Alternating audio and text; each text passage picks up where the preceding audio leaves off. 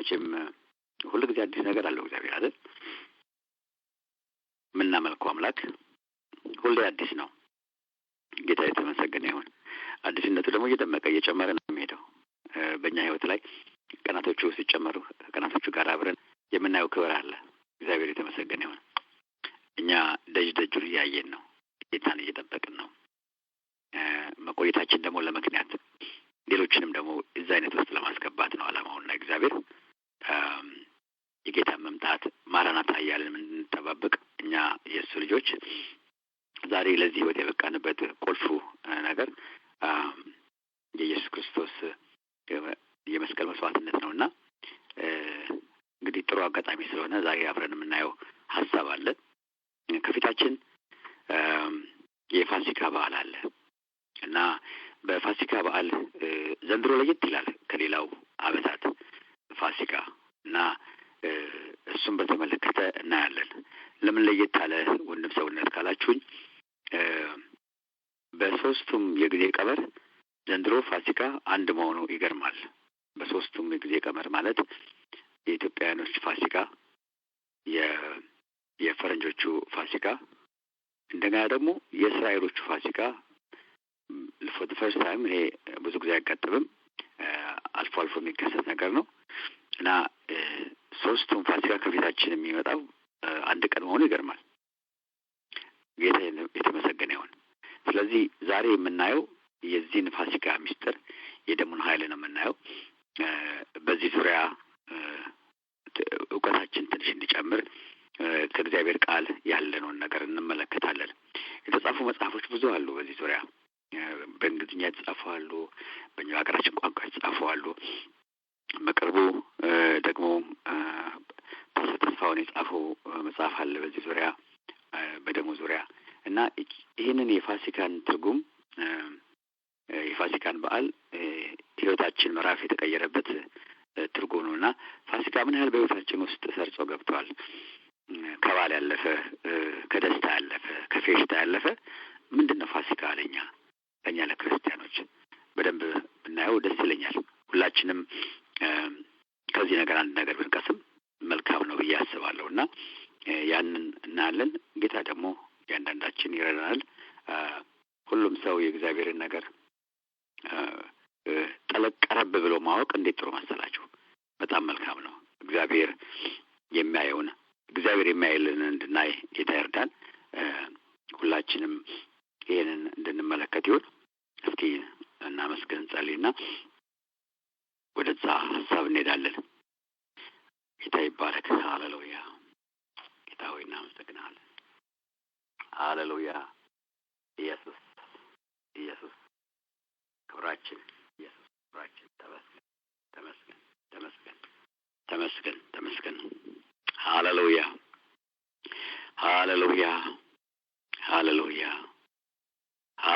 አምላኬ ስምህ ይባረክ። ኦ ኢየሱስ ስምህ ይባረክ። እናዝማች እስኪ አብረን እንዘምር የወንድማችን ተከስተን መዝሙር የነጠፈው ሸለቆ ምንም ውሃ በሌለበት ስንቱ ጠጥቶ ረካ ታምር ሰሪው ሲገኝበት ሬት ያለው ህይወት ሲቀምስ ጣፈጠ አንተ እጅ ላይ ሲገባ ሁሉም ነገር ተለወጠ። ታሪካችንን ቀያሪ ፋሲካችን ክርስቶስ ነው ታሪካችንን የቀየረው። ሃሌሉያ። ሸለቆውን ለምለም ያደረገው ስሙ ይባረክ። ሃሌሉያ። ኢየሱስ ሃሌሉያ። ስሙ ይባረክ። ነጠፈው ሸለቆ ምንም ውሃ የሌለበት ስንቱ ጠጥቶ ረካ ታምር ሰሪው ሲገኝበት ሬት ያለው ህይወት ሲቀምሱት ጣፈጠ አንተ እጅ ላይ ሲገባ ሁሉ ነገር ተለወጠ። ሃሌሉያ። የነጠፈው ሸለቆ ምንም ውሃ የሌለበት ስንቱ ጠጥቶ ረካ ታምር ሰሪው ሲገኝበት ሬት ያለው ሕይወት ሲቀምሱት ጣፈጠ አንተ እጅ ላይ ሲገባ ሁሉም ነገር ተለወጠ። ሃሌሉያ።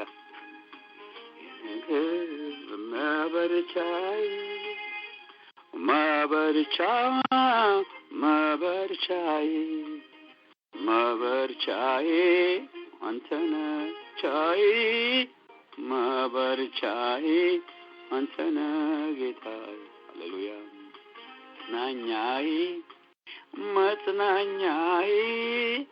መጽናኛዬ ኢየሱስ ጌታዬ። ሃሌሉያ። ኢየሱስ ስም ይባረክ። ሃሌሉያ። መበርቻ ሃሌሉያ። መጽናኛ ኢየሱስ ስም ይባረክ። ስም ይባረክ። እናከብርሃለን፣ ከፍ እናደርግሃለን ኢየሱስ።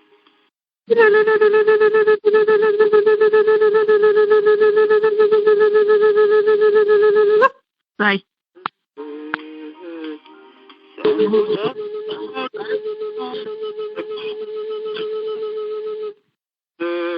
ሰሪው ሲገኝበት ሬት ያለው ሕይወት ሲቀምሱት ጣፈጠ አንተ እጅ ላይ ሲገባ ሁሉም ነገር ተለወጠ።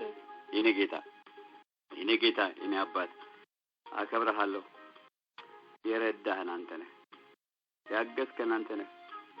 ኦ ሃሌሉያ። አንተ እጅ ላይ መጥቶ ምን ያልተዋባለ። ሃሌሉያ። ሸክላ ሰሪው ሃሌሉያ። ኤርምያስን እንዳልከው ወደ ሸክላ ሰሪ ቤት ወስደህ እጅህን አሳየኸው። የፈረሰውን የተበላሸውን እንዴት እንደምታሳምር አየህ። ይህን ሸክላ ሰሪ አየኸው አልከው። አየኸው። ይህን ብላቴና በሸክላ ሰሪ አስተማርከው። አየህ እንዴት እንደሚያፈርሰው፣ አየህ እንደሚሰራው ባለቤት ውስጥ ነው እያልክ አሳየኸው። አንተ ታምረኛ ነህ ጌታ ሆይ፣ አንተ ታምረኛ ነህ። ሃሌሉያ። የሚስተካከል የሌለ ሃሌሉያ። እነሆ ስታስተምር፣ ስታስደንቅ፣ ስታስገርመን ትኖራለህ። ኢየሱስ ስምህ ይባረክ። ይህን መገረማችን ገና አንተ ጋር ሳንመጣ በምድር እያለን ገና ሳንሰበሰብ በዚህ ምድር በዚህ አካል በዚህ ስጋ እያለን እንድንደነቅ እንድንኖር ያንተ ምርጫ ነው ጌታ ሆይ። ስምህ ይባረክ። ሃሌሉያ። ተባረክ። ክብራችን አንተ ነህ። ዛሬ ደግሞ በዚህ በፋሲካ ውስጥ በተደረገው ጌታ እግዚአብሔር የደም ክፍያ ውስጥ ያረክልንን ጌታ እግዚአብሔር ፋሲካችን አንተን ጠጋ ብለን እንድናቀርዳል ማስተዋል ስጠን። በዚህ ንባብ ውስጥ አንተ ክበር። ቅዱሳንን ጌታ እግዚአብሔር ሆይ ከነበራቸው ጌታ እግዚአብሔር እውቀት ወደ ሌላ የእውቀት ከፍታ ወሰዳቸው። ካንተ እንማር፣ ካንተ እንወቅ። በስምህ ይባረክ። በጌታ በኢየሱስ ክርስቶስ ስም ጸለይኩ፣ አሜን። የጌታ ስም ይባረክ። ሃሌሉያ። ጌታን እንወደዋለን። ልዩ ጌታ ነው የምናመልከው። ደስ ይበላችሁ፣ ተጓደዱ በዚህ ስም። ሃሌሉያ። ፋሲካችን ሲጀምር ፋሲካችን ታርዶልናልና ይላል። እንደምታውቁት አንደኛ ቆሮንቶስ 5:7 ላይ ፋሲካችን ታርዶልናልና። ጌታ ይመስገን፣ የሁላችን ፋሲካ ነው። ሃሌሉያ። ሁላችንም እንግዲህ ወደ ንባቡ እንሄዳለን። በጥሞና ተካተሉ። ጊዜ ካለን መጨረሻ ላይ ደግሞ ትንሽ ነገር እንላለን።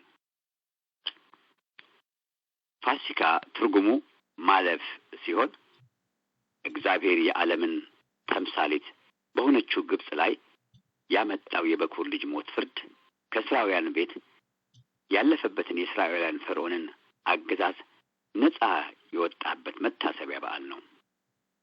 በአሁኑ ጊዜ ደግሞ በኢየሱስ ክርስቶስ ስለኛ የፋሲካ በግ ሆኖ በመታረድ በዓለም ላይ ከሚመጣው የሞት ፍርድ ያዳነን መሆኑን የሚታሰብበት በዓል ነው።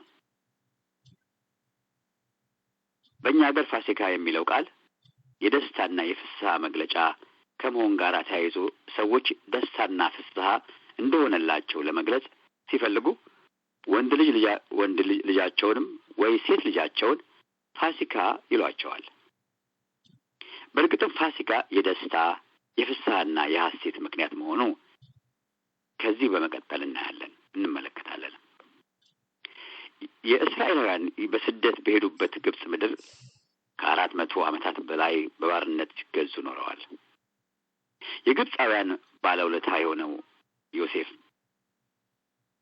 ይህን ታላቅ ሰው የማያውቅ ክፉ የሆነ ንጉሥ በግብጽ ላይ በመንገሱ ምክንያት በእስራኤላውያን ላይ ከባድ የሥራ ጫና የበዛባቸውና ይጨመረባቸው ነበር።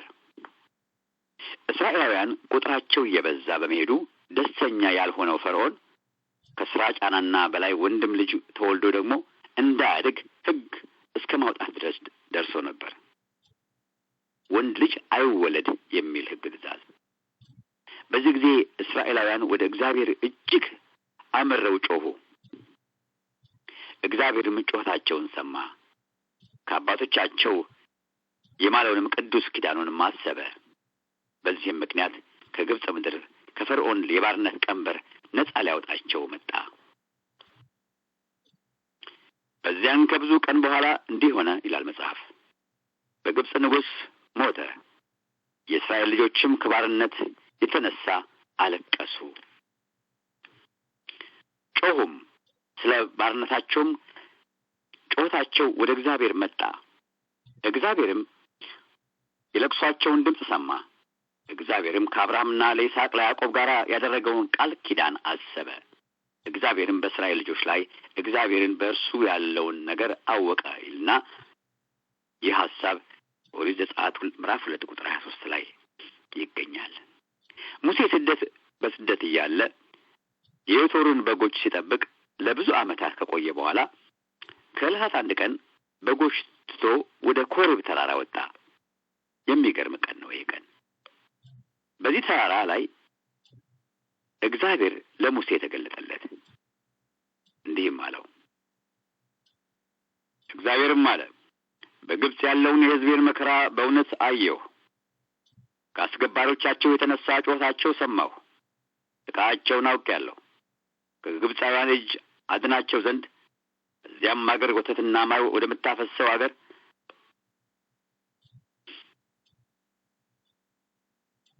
ወደ መልካሚቱ አገር ወደ ከናናውያን፣ ወደ ኬጣውያን፣ ወደ አሞራውያን፣ ወደ ፈሪዛውያን፣ ወደ አሞናውያን፣ ወደ ኢያቡሳውያን ስፍራ አወጣቸው ዘንድ ወረድኩ። አሁንም እነሆ የእስራኤል ልጆች ጩኸት ወደ እኔ መጣ። ግብጻውያንም የሚያደርጉባቸውን ግፍ ደግሞ አየሁኝ። አሁንም ና ሕዝቤን እስራኤልን ልጆች ከግብጽ ታወጣ ዘንድ ወደ ፈርዖን እልክሃለሁ። ኦሪት ዘጸአት ምዕራፍ 3 ቁጥር 7። እግዚአብሔርም ከዚህ ከባርነት ቀንበር ላይ እንዲያወጣቸው ሙሴን ከተፈጥሮ በላይ በሆነ ኃያል መንገድ አስደንቆና ድንቅን ታምራትንም እንዲያደርግ ስልጣን ሰጥቶ ሙሴን ወደ ግብጽ ላከው። ወደ ፈርዖን ቤተ መንግስት ገብቶ እግዚአብሔር በሰጠው መለኮታዊ ኃይል በተለያየ ጊዜ 9 ልዩ ልዩ አስደንጋጭ ታምራቶችን ቢያደርግም ፈርዖን እስራኤልን ለመልቀቅ ፈቃደኛ አልነበረም። ፈርዖን የእነዚህ ታምራቶች የእስራኤልን እንደሚለቃቸው እግዚአብሔር አስቀድሞ ለሙሴ ተናግሮ ነበር። እንዴት ሲል፣ ነገር ግን በጽኑ እጅ ካልሆነ በቀር ትሄዱ ዘንድ የግብጽ ንጉሥ እንደማይፈቅድላቸው እኔ አውቃለሁ ብሏል።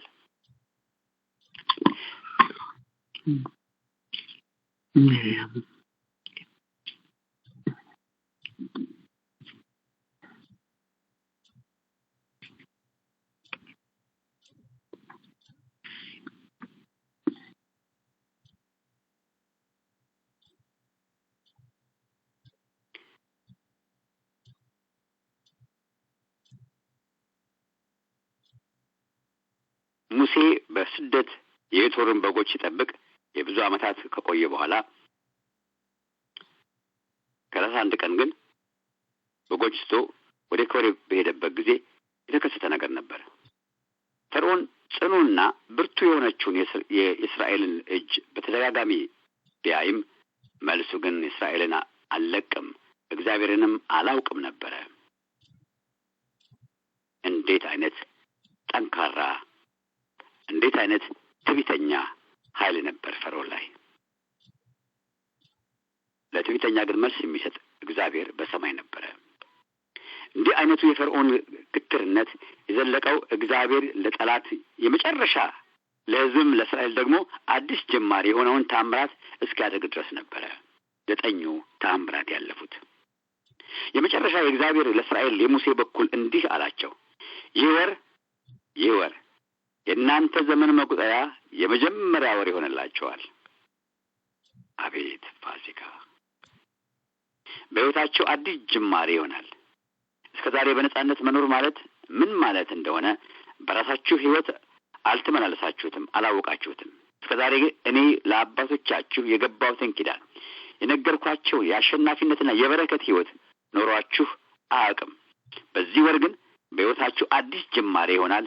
ምክንያቱም በግብፅ አማልክቶች ላይ እኔ እፈርድባቸዋለሁ ብሎ ተናገራቸው። እግዚአብሔር ከሰማይ ወረደ። ይህ ወር የወሮች የመጀመሪያ የዓመቱም የመጀመሪያ ወር ይሆናል ይላቸዋል። እስራኤል እንደ አገር እስራኤል የመጀመሪያ የተመሰረተችው በዚህ የደም ኃይል ነው። የሚስጥሩን እና ኃይሉን የመረዳት የጌታ ኢየሱስ ክርስቶስ ውድ ደም መጠቀም ስትጀምሩ በሕይወታችሁ ዙሪያ ገባ ሁሉ አዲስ ነገር መሆን ይጀምራል። የደም ኃይል አለው። ለዘመናት በዘሮች እንኳ ታይቶ የማይታወቅ ነጻነትና በረከት ወደ ሕይወት ይመጣል። የደሙ ኃይል ሲገባ የእውነተኛ ነጻ የሕይወት መሰረት ደሙ ነው። ምስጢሩና ኃይሉን የመረዳት የጌታ ኢየሱስ ክርስቶስን ውድ ደም መጠቀም ስትጀምር በሕይወትህ ዙሪያ ገባ ሁሉ አዲስ ነገር መሆን ይጀምራል። እግዚአብሔርም እስራኤልን የዘመን መቁጠሪያችሁ አዲስ ቀን ይጀመር ያለበት ምክንያት ከዚህ ቀን በፊት የነበረው ሕይወታቸው እግዚአብሔር እንዳሰበላቸው የከበረ ዓላማ የአባቶቻቸውን እንደማለላቸው የገዥነትና የበላይነት ኪዳን የባለ አገር ሕዝብነት እና ለምድር ሕዝብ በረከትን ስላልነበረ ነበር። አሁን ግን በረከት ሊያደርጋቸው ተነሳ።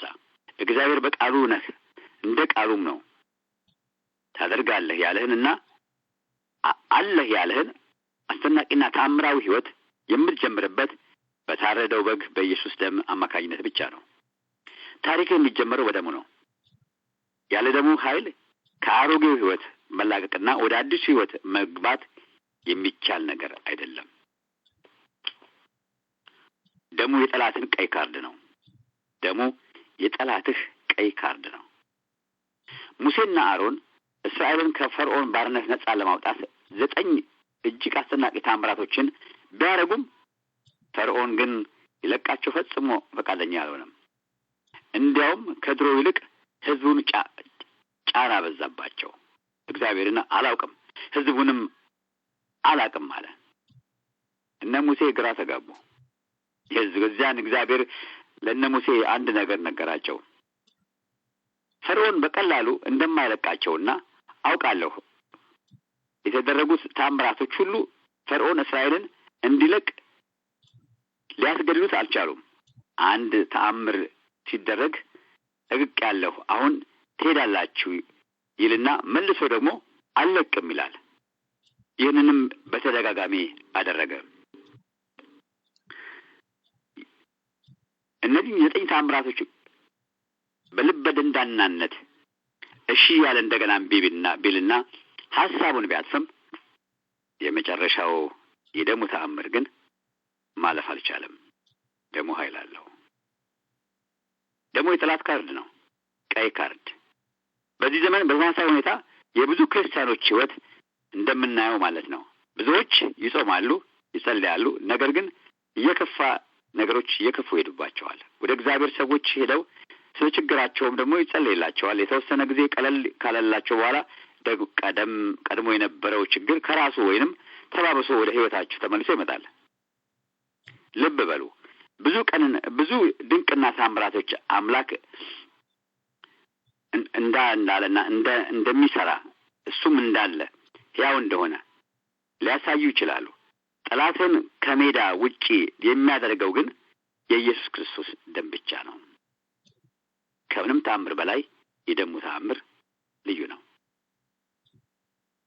ሁልጊዜ ከጠላት ጋር እየተጋደሉ መኖር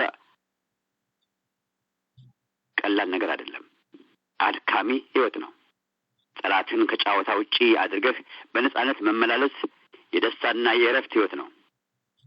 የኢየሱስ ክርስቶስ የደም ኃይል በመረዳትና በእምነት ባንተና ያንተን የሆነውን ነገር ሁሉ ላይ ለመጠቀም ስትጀምር ለጠላትህ ቀይ ካርድ አሳየው ማለት ነው።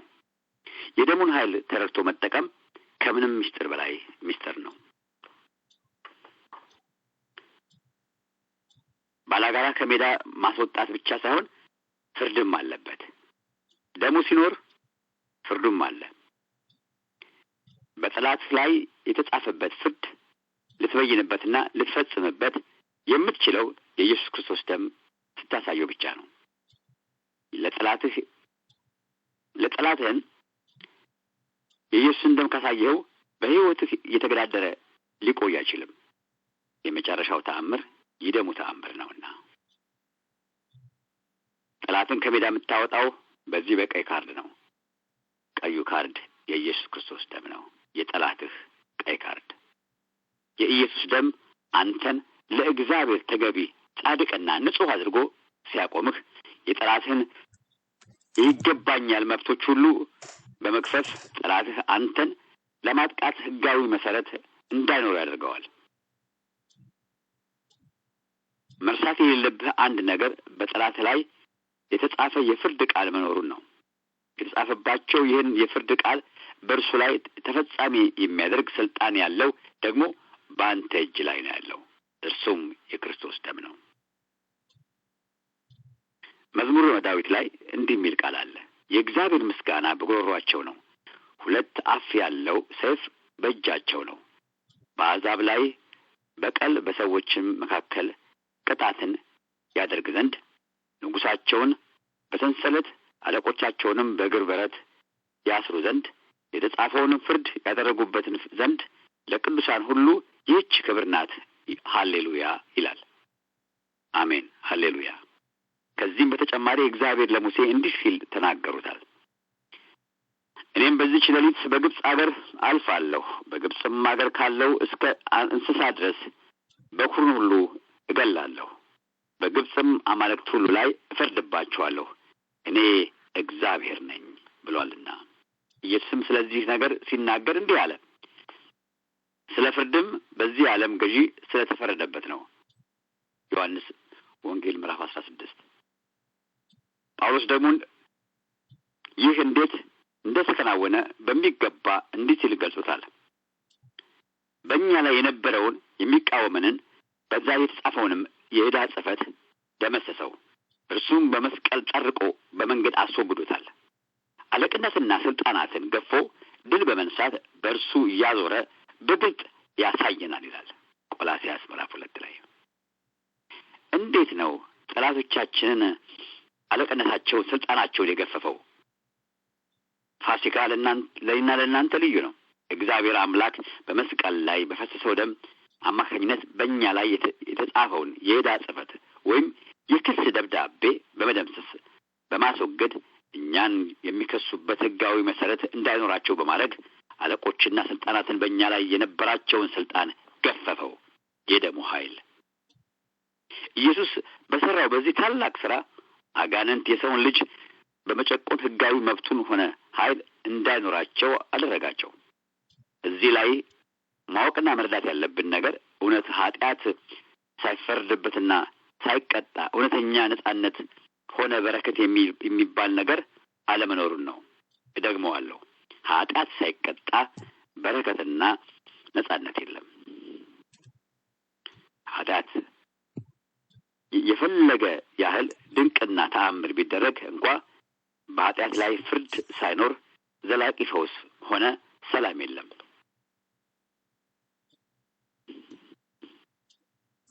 እስራኤላውያን እንዴት ከፈርዖን ባርነት ነፃ እንዲወጡ ጠለቅ ብለን መመከታችን የእኛን የክርስቶስ እንደም የመጣውን ነፃነት በአግባቡ ለመረዳት የሚጠቅሙን እንደገና ወደ ታሪኩ እስኪንመለስ።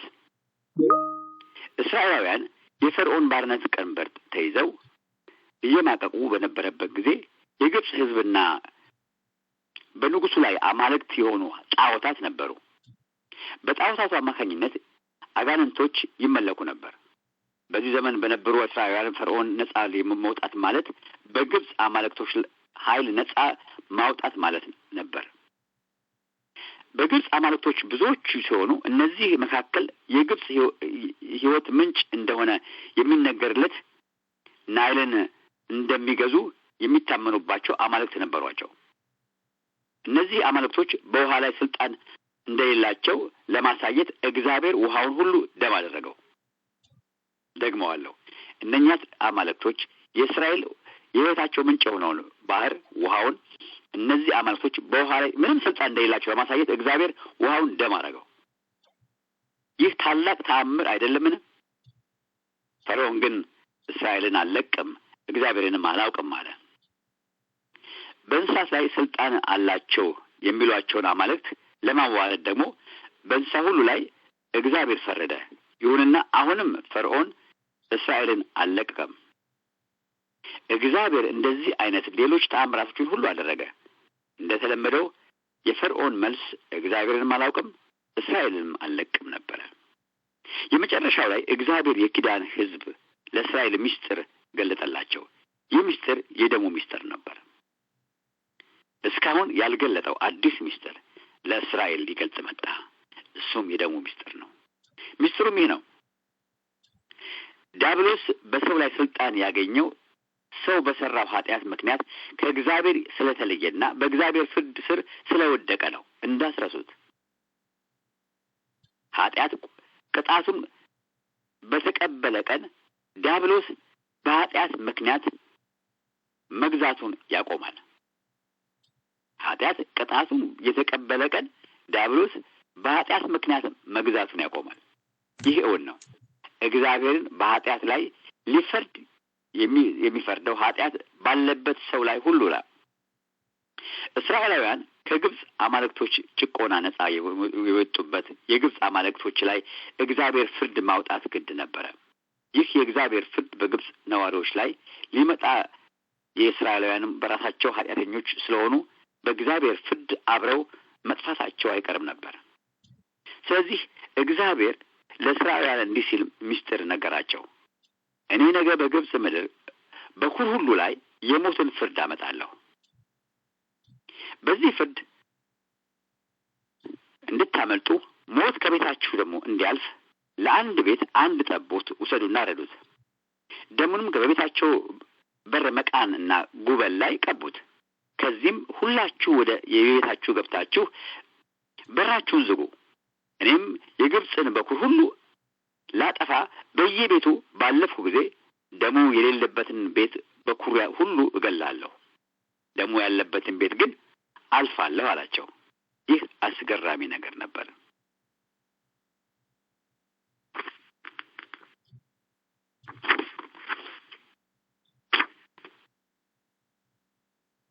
እስራኤላውያን የታዘዙትን ሁሉ አደረጉ። እግዚአብሔርም የግብፅን በኩር ሁሉ ገደለ። ፈርዖን ወዲያውኑ እስራኤላውያን በአስቸኳይ በግብፅ ምድር ያውጡልኝ ሲል ትእዛዝ ሰጠ። ይሄንን ትእዛዝ ማለፍ አይቻልም። የደሙን ተአምር ማንም ሊያልፍ አይችልም። ከእስራኤላውያን ሕይወት በቀይ ካርድ ሊባረሩ ነው። ከእስራኤላውያን ሕይወት ግብፃውያን በቀይ ካርድ ሊባረሩ ነው። መጽሐፉ እንደሚል እንደዚህም ሆነ እኩለ ሌሊት በሆነ ጊዜ እግዚአብሔር በዙፋኑ ከተቀመጠው ከፈርዖን በኩር ጀምሮ በግዞት ካለው እስከ ምርኮኛው በኩር ድረስ የግብፃውያንን የግብፅ ምድር የተገኘውን በኩር ሁሉ የእንስሳውንም በኩሮችን ሁሉ መታ። ፈርዖንም ባሪያዎቹን ሁሉ ግብፃውያንን ሁሉ በሌሊትም ተነሱ። በሞትም የሌለበትም በግብፃውያን ላይም ታላቅ ልቅሶ ሆነ። ፈርዖንም ሙሴንና አሮንን በሌሊት ጠርቶ እናንተ እስራኤል ልጆች ተነሱ፣ በሕዝቤ መካከል ውጡ፣ ሂዱም እንዳልኳችሁም እግዚአብሔር አገልግሉ፣ እንዳልኳችሁ መንጋችሁና ከብቶቻችሁን ውሰዱ፣ ሂዱም እኔንም ደግሞ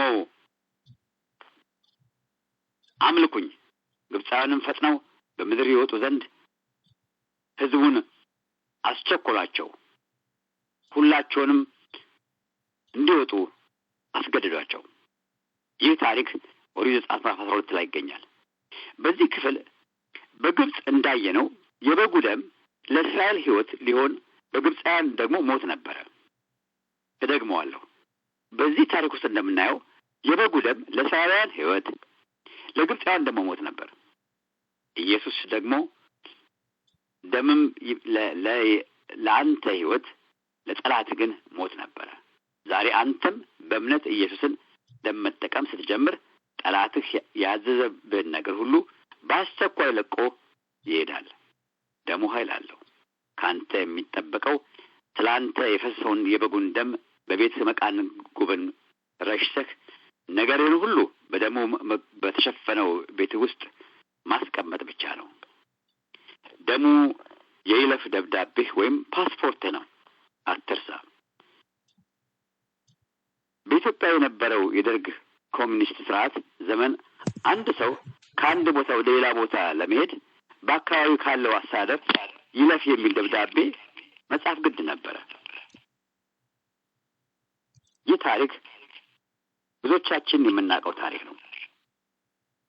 ያለፍነው ታሪክ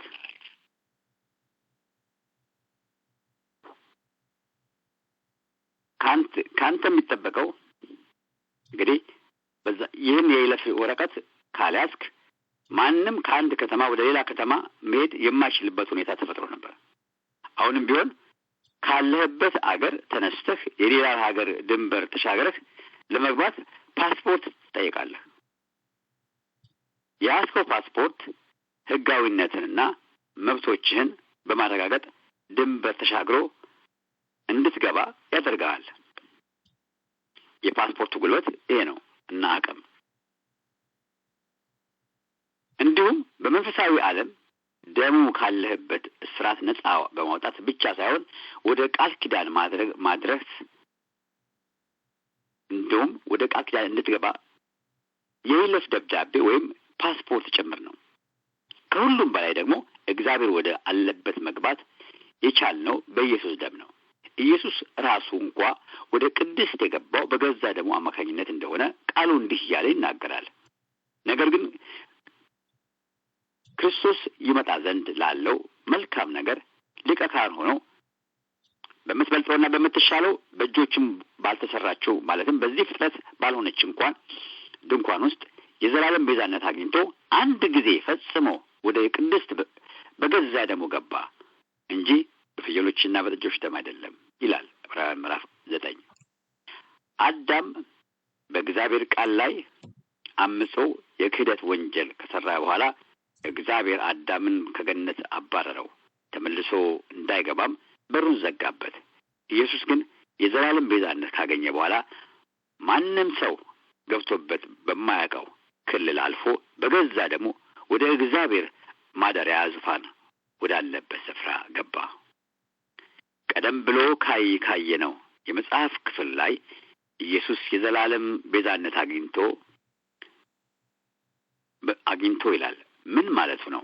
ኢየሱስ በመስቀል ላይ ደሙን ማፍሰሱና መሞቱ በእግዚአብሔር አብ ዘንድ ለሌሎች ሰዎች ሁሉ የፈሰሰ ደም ነው። የተከፈለ የሕይወት ክፍያ ተደርጎ ተቆጥሮለት ማለት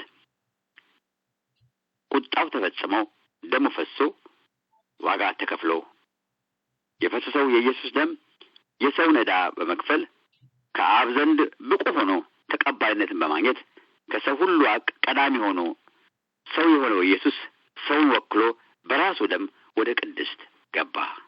አስደናቂ ተአምር! ከዚህ በፊት ሰው የተባለ ሁሉ ወደ ቅድስት ገብቶ አያውቅም ነበር።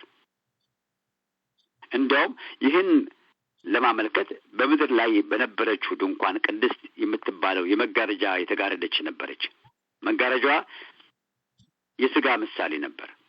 ወደ ቅድስት ለመግባት መጋረጃው መከፈት ነበረበት። ወደ እግዚአብሔር ለመግባት ሥጋ መቆረስ፣ ደም መፍሰስ ነበረበት። ይህን እውነት ዕብራውያን መልእክት ጸሐፊ እንዲህ ሲል በሚገባ አስሮታል።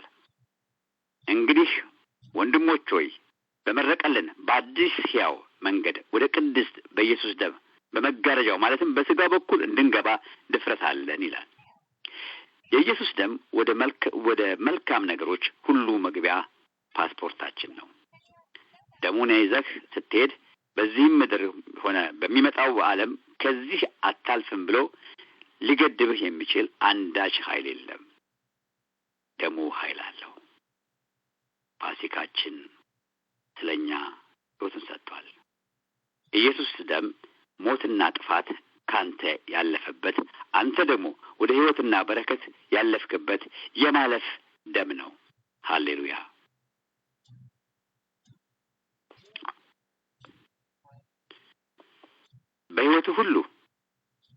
በሕይወቴ ላይ ሁሉ ምንም አይነት ገደብ አይሰራም ብለህ ማመን አለብህ።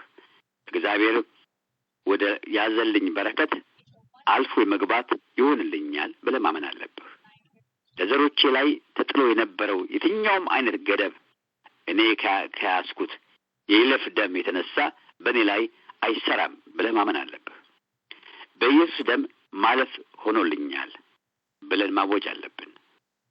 ሞት ቤቴ አልፏል ብለን ማመን አለብን። ፍርድ ቤቴን አልፏል፣ በሕይወቴ ውድቀትና ሽንፈት አይሰራም ብለን ልንላምን ይገባል። ይህ ብቻ አይደለም። በአሕዛብ ላይ የሚመጣ ማንኛውም መቅሰፍት ወደ ቤቱ አይገባም። ክፉ ነገር ወደ እኔ አይቀርብም። የኢየሱስ ደም በቤቴ ላይ ተረጭቷል። እኔና የእኔ የሆነው ሁሉ በደሙ ተሸፍኗል። ልጆቼ፣ ትዳሬ፣ ጤንነቴ፣ ንብረቴ፣ ግንኙነቴ ሁሉ የኢየሱስ ደም ትልቁ ምስጢራችን፣ ኃይላችን፣ ፋሲካችን ደግሞ ክርስቶስ ነው። እግዚአብሔር ይህንን መጪ የፋሲካ በዓል ስናከብር ይህን ሁሉ እያሰብን፣ ይህን ሁሉ እየተገነዘብን፣ ለስሙ ክብር እየሰጠን በደስታ እንድናልፍ፣ በደስታ ሴት እንድናደርግ፣ ገብቶን እንድናመልከው እንደዚህ ቀደሙ ሳይሆን ተረድተን ቀረብ ብለን አውቀን የደሙን ኃይል ገብቶን በዓሉ እንድናከብር ሁላችንም እግዚአብሔር ይመክረናል። ጌታ ይባርካችሁ። ይሄ እንግዲህ ከፊታችን ያለውን ፋሲካን በማስመልከት መግቢያ ላይ እንዳልኩት ዘንድሮ ያው እኛም በውጭው ስላለን የፈረንጆችን ፋሲካና የእኛም ፋሲካ ላይተን እናከብር ነበር። በአሁኑ ግን አብረን ከነሱ ጋራ እንድናከብር እግዚአብሔር ፈቅዶልናል። ይሄ ብቻ አይደለም። የአይሁዶችን ፋሲካ እስራኤሎችም የሚያከብሩበት የሚያስቡበት ቀን መሆኑ ሶስታችንም ይህንን የምናከብርበት ቀን ፋሲካችን ነው። ፋሲካችን ኢየሱስ ክርስቶስ የታረደልን የብሉይ ኪዳን የመጨረሻው ነቢይ የሆነው መጥምቁ ዮሐንስ ኢየሱስን በዮርዳኖስ ዳር ወክ እያደረገ ወደ እሱ ሲመጣ ፊቱን ሳየው ነቢዩ መጣ አይደለም ነበር ያለው። ይሄ ፋሲካ የሆነውን ክርስቶስን ነበር የገለጸው። ለዓለም ሁሉ መስዋዕት የሚሆን ለዓለም አሕዛብን ጨምሮ እኮ የተናገረው የሚገርም መገለጥ ነበርና ይሄ ፋሲካችንን ከርቀት አየውና ምን አለው? ለዓለም ሁሉ መስዋዕት የሚሆን የእግዚአብሔር በግ አለው።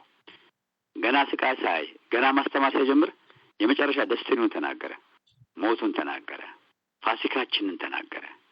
እንደዚህ እንደ ዮሐንስ መጥምቁ አስቀድሞ ዲስከስ ሳያደርግ ከእሱ ጋር ሳይወያይ መንፈስ ቅዱስ ብቻ በመስዋዕት የተናገረው ታላቅ የመስዋዕትነቱን የፋሲካነቱን ምስጢር እኛም ዛሬ እንረዳዋለን።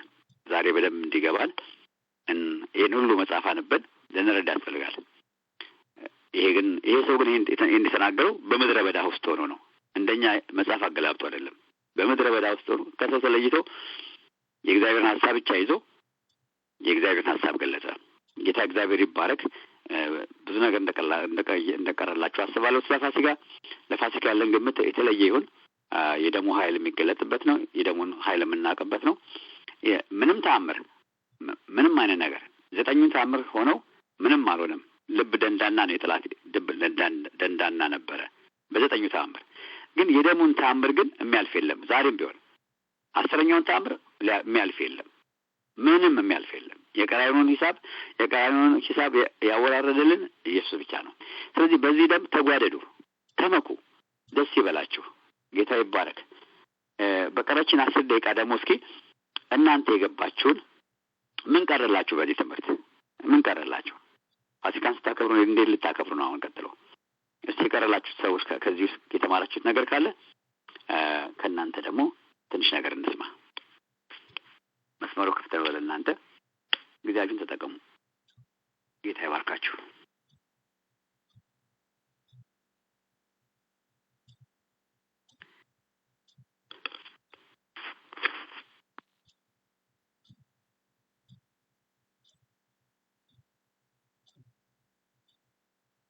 የከፈላችሁ ሰዎች መናገር ትችላላችሁ። ፋሲካ ነኝ ወንድሜ ሰውነት። እሺ ፋሲካ ተባረክ። ይልቻላችሁ አንድ ሁለት ሰው ጨምር። ፋሲካ ነኝ ያለው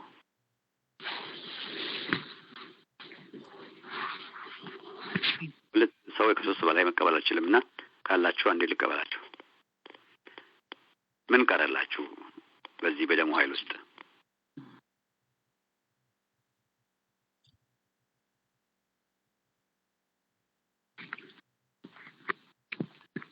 እሺ ተናገሪና።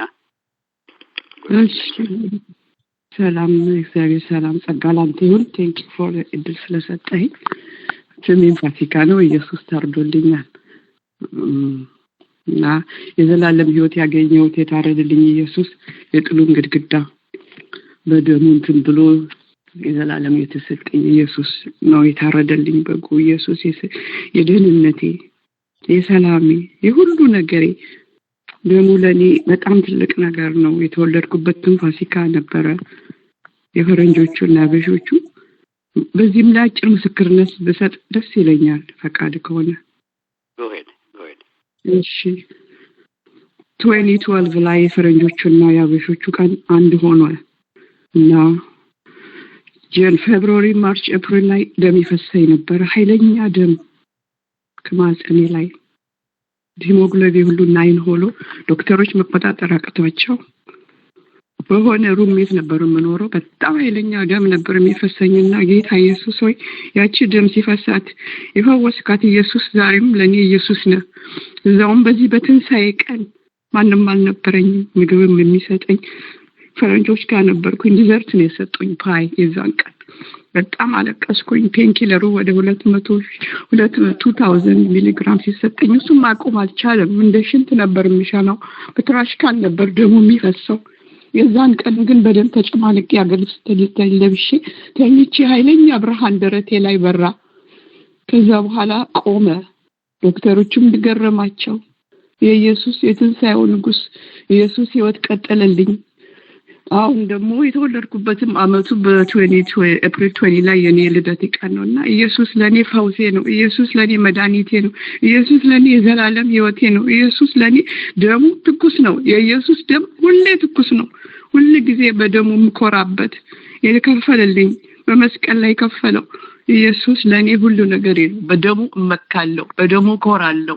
የፈሰሰው በመስቀሉ ላይ የተገረፈው የተዘለዘለው ኢየሱስ ፈውሴ ነው፣ ሕይወቴ ነው፣ ሰላሜ ነው፣ በረከቴ ነው። እኔ ቃላትም የለኝም እኔ ወንድም። ስለዚህ ክብር ሁሉ ለሱ ይሁን እና ለኔ የኢየሱስ ደም ዛሬም ትኩስ ነው። ሁሉ ነገር ላይ ሁሌ ጠዋት ስነሳ ኢየሱስ ደም ዛሬም ትኩስ ነው። ለኔ ሕይወቴ ነው፣ ሰላሜ ነው፣ በረከቴ ነው። ፍጻሜ የጾም መንገደኛ ነኝና አገልግዬህ እንዳልፍ በደም ሸፍነኝ እያልኩ ነውና ደሙ ለሁላችን ኢየሱስ የታረደልን የተዘለዘለልን የተገረፈልን ሲሰደብ እንኳን የሚያደርጉትን አያውቁም ይቅር በላቸው የሚል ጸጋ ሰጠኝ።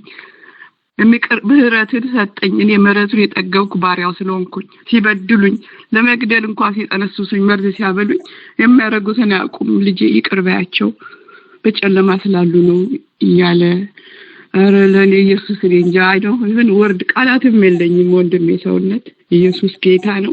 ደሙ ኮራበታለሁ ኢየሱስን መካበታለሁ። የመስቀሉ የደሙ ኃይል የደሙ ፈውሳችን ነው። ደሙ ኃይላችን ነው። ኢየሱስ ጌታ ነው ለዘላለም። ተባረክ ስለሰጠኝ እድል። ኢየሱስ ጌታ ነው። ኢየሱስ ጌታ ነው። ደሙ ትኩስ ነው አሁንም አልበረደም።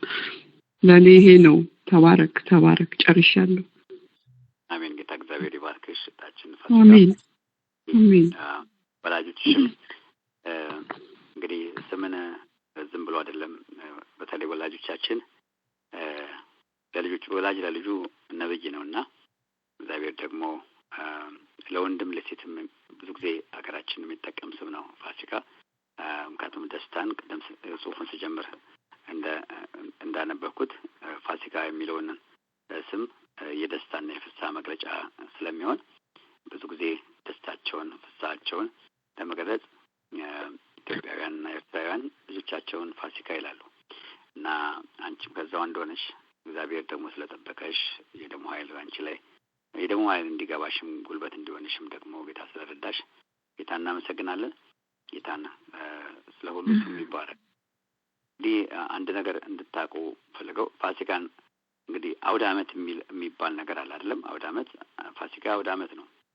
አውደ ዓመት ማለት አውድ ማለት ዙሪያ ማለት ነው እና በግዕዝ አውደ ዓመት ስንል ዞሮ የሚመጣ ማለት ነው በየዓመቱ እና ዞሮ ሲመጣ ዝም ብለን የምናየው ሳይሆን በማስተዋል የምንገነዘበው ገንዘብ የምናደርገው እንዲገባን ነው። እዚህ ጋር የደሙ ኃይል እንዲገባን ነው። ዝም ብሎ እንደ ሌላው አውደ ዓመት የምናስበው አይደለም። ፋሲካ የተለየ ነው። ፋሲካ ያለ ፋሲካ ህይወትም የለም መዳንም የለም እና እስራኤል ብቻ አይደለም ከባርነት የወጣው እኛ ደግሞ ከዘላለም ኃጢአትና ከዓለም አውጥቶ እግዚአብሔር ለክብሩ ያደረገን በዚህ ደም ኃይል ነው። ጌታን እጅግ አድርጌ አመሰግናለሁ ስለ ፓስተር ተስፋሁን በዚህ ዙሪያ ስለጻፈው መጽሐፍ። ከዚህ ውስጥ አንዷን ሰበዝ ነው ፋሲካን በዓሉን በተመለከተ ያነበብኩላችሁ እንጂ ብዙ ዲቴል እግዚአብሔር ከረዳን ብዙ ሀሳቦችን የያዘ መጽሐፍ ነው እና በደንብ እናያለን። በተለይ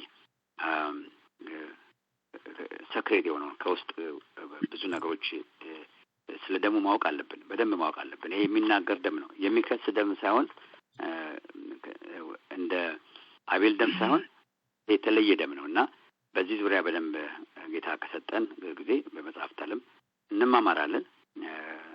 ብዙ በዚህ ዙሪያ የተጻፉም ደግሞ መጽሐፎች አሉና ጌታ እንደረዳን እግዚአብሔር ያግዘናል። ጌታ ይባርካችሁ። ለዛሬ እዚህ ላይ ጨርሰናል። እንጸልይና ከዛ በኋላ ግን ቀዳሚ ይህን በዓል ግን እንደ ቀድሞ ሳይሆን ተረድተን እናመልከው፣ ገብቶን እናመልከው፣ ደግሞ ገንዘብ እናድርገው፣ ኃይል እናድርገው። አንድ ነገር ሲገባን በእጃችን ያለው ነገር ሲገባን ገንዘብ ማድረግ ብቻ ሳይሆን እንጠቀምበታለን። ቅድም እንዳልነው ለጠላታችን ቀይ ካርድ ነው። አሳዩት። ሁልጊዜ ለጠላታችን የምናሳየው ቀይ ካርድ ነው። አይታችሁ እንደሆነ በጨዋታ ሜዳ ቀይ ካርድ ዳኛው አነሳ ማለት ከዛ በኋላ ምንም ሰከንድ ጊዜ አይሰጠውም። ያ ያጠፋ ተጫዋች መውጣት አለበት። ኢሚዲየትሊ ይወጣል፣ ሌላ ሰው ይተካል። እንግዲህ ቀይ ካርድ ያለውን ኃይል ተመልከቱ በምድር ሕግ እንኳን። ይሄ ደግሞ ቀይ ካርድ የመጨረሻው የጠላታችን የምንመዘው ነው። አሳዩት። እኔ በደሙ ኃይል ድኛለሁ ስትሉት በደም ውስጥ በነገራችን ላይ በደም ውስጥ ህይወት አለ። መጽሐፍ ህይወት ያለው በደም ውስጥ ነው ይላል እና በደም ውስጥ ህይወት አለ። ላይፍ የኛ ህይወት ሃሌሉያ ጌታ ይባረክ። ክርስቶስ ራሱን ሰብስቲዩት ያደረገበት የኛን በደል ወስዶ ኢየሱስ ጽድቅ የሰጠን አስወግዶልን የሰጠን በደሙ ነው። ስለዚህ ኢየሱስ ክርስቶስ ያን ሁሉ ግርፋት የሄደበትን ምዕራፍ በሰውነቱ በስጋው ኢየሱስ he go through all those things ይሄን በሙሉ ያለፈው ይሄንን ሁሉ ያደረገው ዛሬ እኛ በነጻነት ፋሲካችን ብለን ደስ ይለኛል። እኔ የአዲስ ኪዳን ጸሐፊዎች በደንብ አስቀምጠውታል። ፋሲካችን ክርስቶስ ታርዶልናልና ይላል። በዚህ ደስ ይበላችሁ። ጌታን እጅግ አድርገን እንባረካለን። ሁላችንም እስኪ ለዚህ ለፋሲካችን ለክርስቶስ ለከፈለልን ዋጋ ለየት ያለ ክብር እንስጠው በእልልታ። እግዚአብሔር የተባረክ። ስታር 6 እናድርግና ለጌታ ክብር ስጡ እስኪ አሁን በቆማችን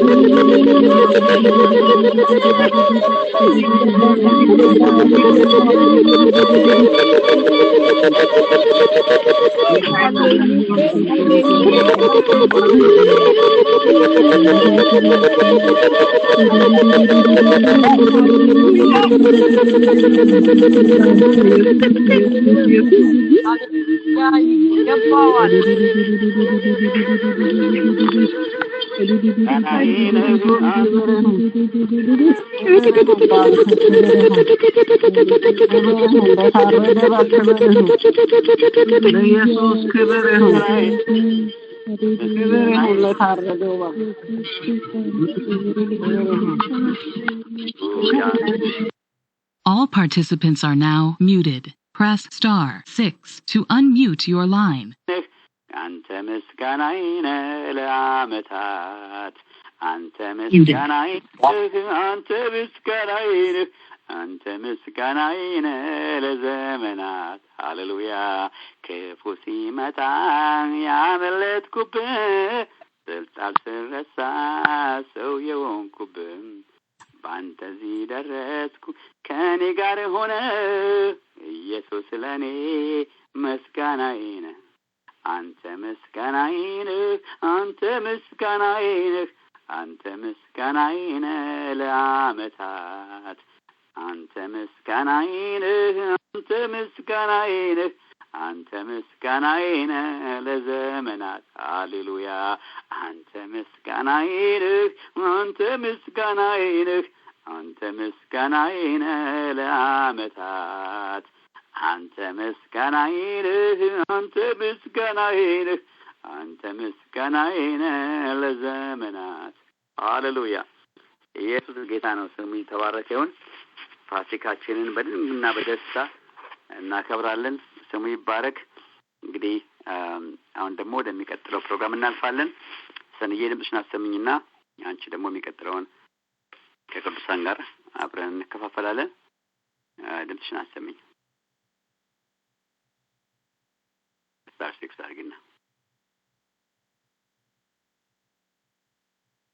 ሰማለሁ ወንድሜ ሰውነት ትሰሚያለሽ። በአንድ ጊዜ አልገባሽም። በአንዴ ቆይ። ኦኬ ቀጥይም በውስጥ ሆነሻል። ጌታ እግዚአብሔር ይባርክሽ። እንኳን ደህና መጣሽ። አሜን አሜን ወንድሜ አሜን። ተባረክልኝ። ዘመንህ ይባረክ፣ ያብዛልህ፣ ይጨምርልህ፣ ትውልድህ ዘርህ ይባረክ ወንድሜ። ሁልጊዜ የሚያስተምረንን አስተማሪ ትምህርት ስለምታመጣለን እግዚአብሔር ይባርክ፣ ያብዛልህ፣ ይጨምርልህ። ተባረክ ወንድሜ ተባረክ። እህቴ ፋሲካዬ ስለሰማሁሽ ደስ ብሎኛል። እግዚአብሔር ይባርክሽ። እንዲሁ እንደ ስምሽ ደግሞ እግዚአብሔር በዛን ጊዜ እንደተወለድሽ በጌታ በኢየሱስ ክርስቶስ ልደት ቀን ማለት ትንሣኤ ቀን እግዚአብሔር ይባርክሽ። ዘመንሽ ይባረክ፣ ቤተሰብሽ ይባረክ። ተባረኪ እህታችን፣ ያብዛልሽ፣ ይጨምርልሽ እህቴ። በጣም ነው የምወድሽ እህቴ ፋሲካዬ። ሁልጊዜ እየገባሽ ሰዎችን ትባርኪያለሽ። ሃሌሉያ። እግዚአብሔር ይባርክሽ። ባርኮት ከአፍሽ አይታጣ እህቴ። ተባረኪ። እግዚአብሔር ይባረክ። ሃሌሉያ። ክብር ለአምላካችን ለእግዚአብሔር ይሁን። የረዳንን እግዚአብሔርን እናመሰግናለን። ቅዱሳን በላይኑ ላይ ያላችሁ እንዴት ናችሁ? እግዚአብሔር ይባርካችሁ። እግዚአብሔር ድንቅ ነገር አደረገልን። እግዚአብሔር ስለኛ ምንም አልሳሳም። በቃ ስለኛ ህይወቱን ነው የሰጠን። በቃ በቀራንዮ መስቀል ላይ ደሙን አፈሰሰልን፣ ስለኛ ሞተልን፣ ህይወትን ሰጠን፣ ያውም የዘላለም ህይወትን። ይሄንን የምድር ላይ ትንሿን ጥቂቷን ቀን ሳይሆን ነገር ግን ለዘላለም የሆነውን ህይወት ሰጠን። እግዚአብሔር ይባረክ። እናት እንኳን አትሰጥም ይሄንን። እናት እንኳን ልጇን ትረሳ ይሆናል ይላል። አዎ እሷ ትረሳለች፣ እኔ አልረሳሽም በእጄ መዳፍ ቀርጬሻለሁ ይለናል ጌታ። እግዚአብሔር ይባረክ። ሃሌሉያ። እስከ መስቀል ሞት ድረስ ነው የወደደን የኛ ጌታ፣ ስሙ ይባረክ። ሃሌሉያ። ክብር ለአምላካችን ለእግዚአብሔር ይሁን። የወደደን ይባረክ። ሃሌሉያ። አንድያ ልጁን አሳልፎ የሰጠን ከዚህ የሚበልጥ ፍቅር የለም። ሃሌሉያ። ስሙ ይባረክ አምላካችን። ተባረኩ ቅዱሳን። ሃሌሉያ። ክብር ለአምላካችን ይሁን።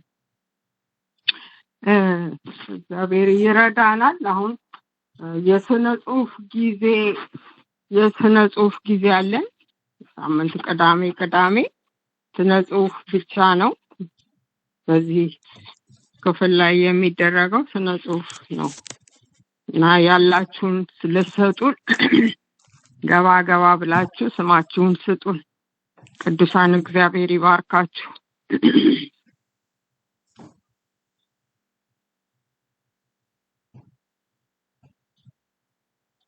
እግዚአብሔር ይባረክ። ዛሬ መላኩዬ በሰላም እንኳን ደህና መጣ ወንድሜ፣ ተባረክ። እንኳን ድምፅህን ሰማሁት። ሳምንትም ነበረ መሰለኝ ድምፅህን ሰምቻለሁ። እግዚአብሔር ይባርክ። ግን ለመናገር እንትን አልቻልኩም ነበረ። እግዚአብሔር ይባርክ ወንድሜ፣ በጣም ደስ ብሎኛል። ሰምቼህ ነበረና አሁንም ድምፅህን ስለሰማሁ በድጋሚ ተባረክልኝ ወንድሜ፣ ተባረክልኝ። ደህና መጣ መላኩዬ። እሺ ብርቅነሽዬ ተባረኪ፣ እንኳን ደህና መጣሽ። እሺ ሌላ መሰረት አለ መስዬ፣ እንኳን ደህና መጣሽ። ዘላለም እሺ ዘላለምዬ፣ እንኳን ደህና መጣሽ።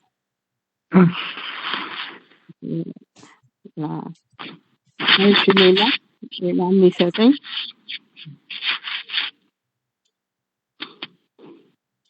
ሌላ በጋሻው፣ እንኳን ደህና መጣ። ተባረክ ወንድሜ በጋሽ።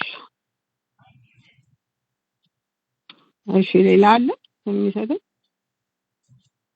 በእናትህ እዚህ ልጀምርና ደግሞ ትሰጡኛላችሁ። እንግዲህ ካላችሁ አሁን ስጡኝ ቶሎ። እግዚአብሔር ይባረክ። ክብር ለአምላካችን ለእግዚአብሔር ይሁን። የረዳን ያገዘን እግዚአብሔር የተባረከ ይሁን። ክብሩን እሱ ጠቅልሎ ይውሰድ። የኔ ጌታ ይገባዋልና፣ ክብር ይገባዋልና፣ ምስጋና ባለን በሙሉ ኃይላችን በስነ ጽሁፍ እግዚአብሔርን እናከብራለን። ሃሌሉያ። ምክንያቱም አቤት ስም ለመስጠት ነው። ያልተዘጋ ስልክ አለ፣ ሚዩት አድርጉትና ስጠራችሁ ትገባላችሁ። እግዚአብሔር ይባርካችሁ። ቅዱሳን ተባረኩ። እህቶች ሚዩት አድርጉት። እግዚአብሔር ይባረክ። የረዳን ያገዘን እግዚአብሔር ይባረክ። ሳምንታችንን ሙሉ ጠብቆ ደግሞ እንድንገናኝ ስለረዳን ጌታን እናከብራለን፣ ከፍ እናደርገዋለን ይሄን ጌታ። ሃሌሉያ። አንድ ዝማሬ ዘምራለሁ አጠር አድርጌ። እግዚአብሔር ይባረክ። ክብር ለአምላካችን ይሁን። የረዳን ያገዘን ይባረክ። አቤት ኢየሱስ፣ መልካሙ እረኛ ኢየሱስ፣ ስለ በጎቹ ነፍሱን የሰጠ መልካሙ እረኛ፣ የማይተኛ የማንቀላፋ፣ እናመሰግናለን የተሸከምከን ኢየሱስ። ሃሌሉያ። ክብር ለአምላካችን ይሁን። የቆሸሸው ታሪክ ያደፈው አፈር የነካው ምነው በሕይወቴ ባልሆነ በየማስበው በደሙ ተሽሯል አሮጌው ታሪኬ አዲስ ሆኖልኛል። ተሽሯል በአምላኬ ተሽሯል የለማ ተሽሯል በደሙ ተሽሯል የለማ ተሽሯል በደሙ አይደሙ የማያድነው የለም ማነጻው ማይፈውሰው ደሙ አይደሙ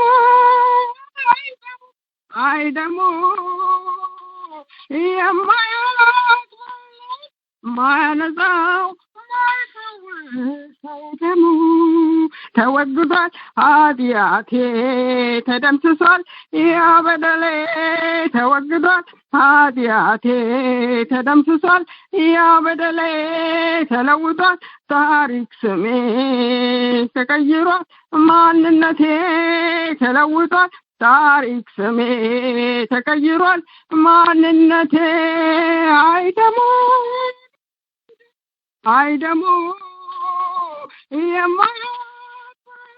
ማነጻው ማይፈውሰው ደሙ አይደሙ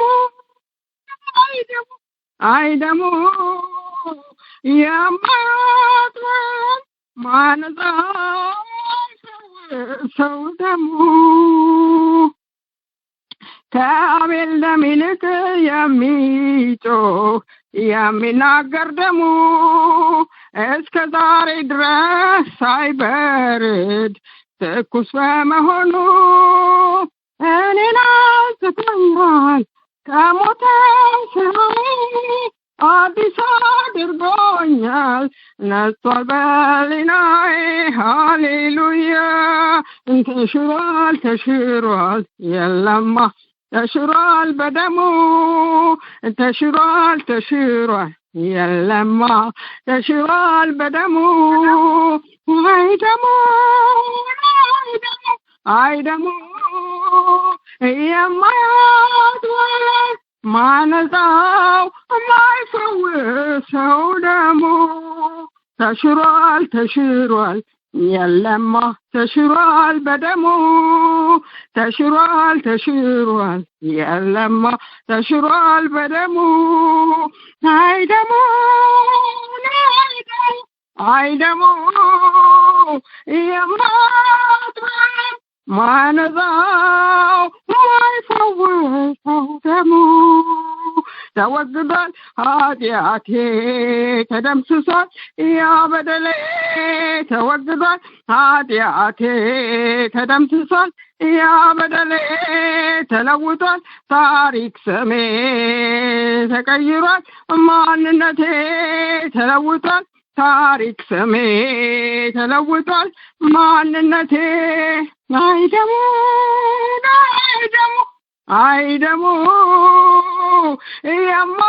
የማያጥወለም ማነጻው ማይፈውሰው ደሙ አይደሙ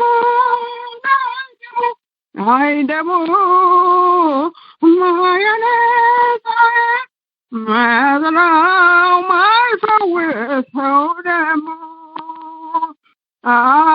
ያሳለፍኩት ያ መልካሙ ጊዜ ትዝ ይለኛል ባሳበት ካዜ አንተን ብዬ የኖርኩት ኑሮ ይሻለኛል ከአንተ ጋር አብሮ ይቅር ከአንተ ወዲያ ኑሮ ሌላ አማራጭ የለኝም ገብቶኛል ዘንድሮ ሃሌሉያ ተሽሯል የለማ ተሽሯል በደሙ ተሽሯል የለማ ተሽሯል በደሙ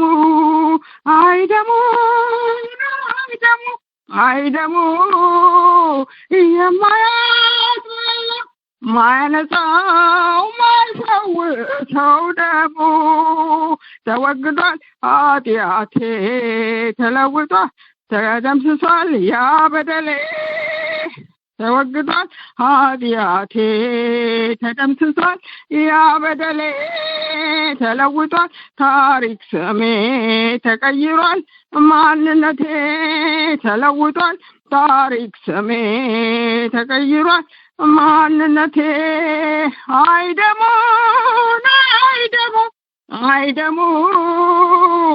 የማያጥወለም ማያነጻው ማይፈውሰው ደሙ ሃሌሉያ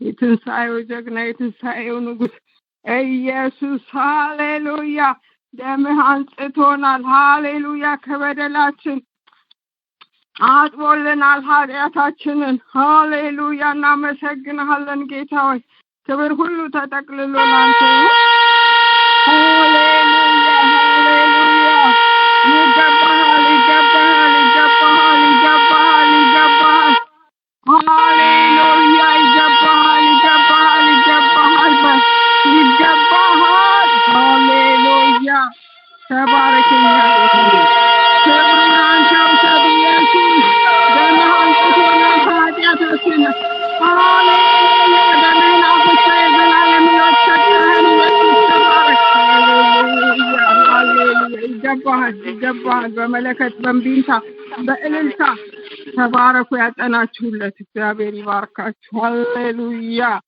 ሃሌሉያ ዙፋኑን ይክበበው በኢየሱስ ክርስቶስም ተባረኩ አሜን ተባረክ አሜን አሜን ክብር ለአምላካችን ይሁን ክብሩን እሱ ይውሰድ ሃሌሉያ አነባለሁ አንድ ራሱ ይላል በበረንዳ ወይም በጓዳ ሰው ተኝቶ አሸልቦ የሌት ልብሱን ተከናንቦ አንዱ ሲቃዥ ሌላው ሲያልም ምድር አርፋ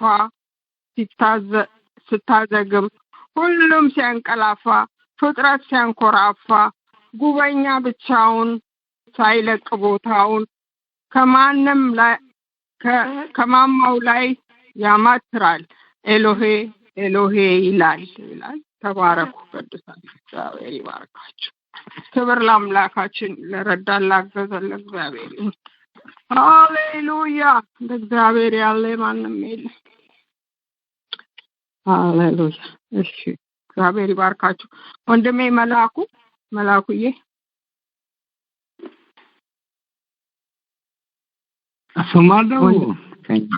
ሰማለ መላኩ እግዚአብሔር ይባርክ እንኳን ደህና መጣ ተከናውን ወንድሜ ተባረክ አሜን አሜን ሰላም ላንቺ ይሁን ሰላም ለቤትሽ ሰላም ለአገልግሎትሽ ይሁን ወንድሜ ሰውነትን እግዚአብሔር ይባርክ የራሴን እንትን ነበረ ሳስታውስ የነበረው መጽሐፉን ስታነብ ከምን አይነት ቦታ እንዳወጣኝ እና የት እንዳደረገኝ እሱን ነበር ማስታውሰው እግዚአብሔር ይባርክ ታችን ፋሲካም እግዚአብሔር ይባርክሽ ሁላችሁን ቅዱሳን ሰላም ላችኋለሁ ፈተና በስተውብኝ ሶሊቲዩድ ውስጥ ገብቼ ነበር ለዛ ነው የጠፋሁት እንደዛ ሲሆን መንፈስ ቅዱስን ምሬት ነው የምጠይቀውና በጸሎትና በእንትን የጥሞና ጊዜ ውስጥ ነበር ካልገባውም ለተወሰኑ ጊዜ የጠየቃችሁኝ ወንድሜ መንጌ ተዋቡ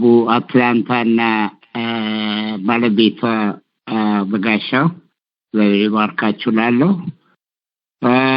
ሰላም ለጉባኤውን ሰላም እላለሁ ሰላም ለእናንተ ይሁን ሰላም ለቤታችሁ ይሁን ሰላም ለአገልግሎታችሁ ይሁን እግዚአብሔር ጸጋውን ያብዛላችሁ በረከቱን ያትረፍርፍላችሁ መውጣት መግባታችሁ በልጁ ደም የተሸፈነ ይሁን የእናንተ የሆኑት ሁሉ በጌታ መንፈስ ቅዱስ የተጋረዱ ይሁኑ ትዳራችሁ ልጆቻችሁ የልጅ ልጆቻችሁ ባለቤቶቻችሁ በሙሉ የተባረኩ ይሁኑ ድምጼን በማሰማቴ እንግዲህ ደስ ብሎኛል ጠየቃችሁኝም አመሰግናለሁ ተባረኩ ጨርሻለሁ ሰኔ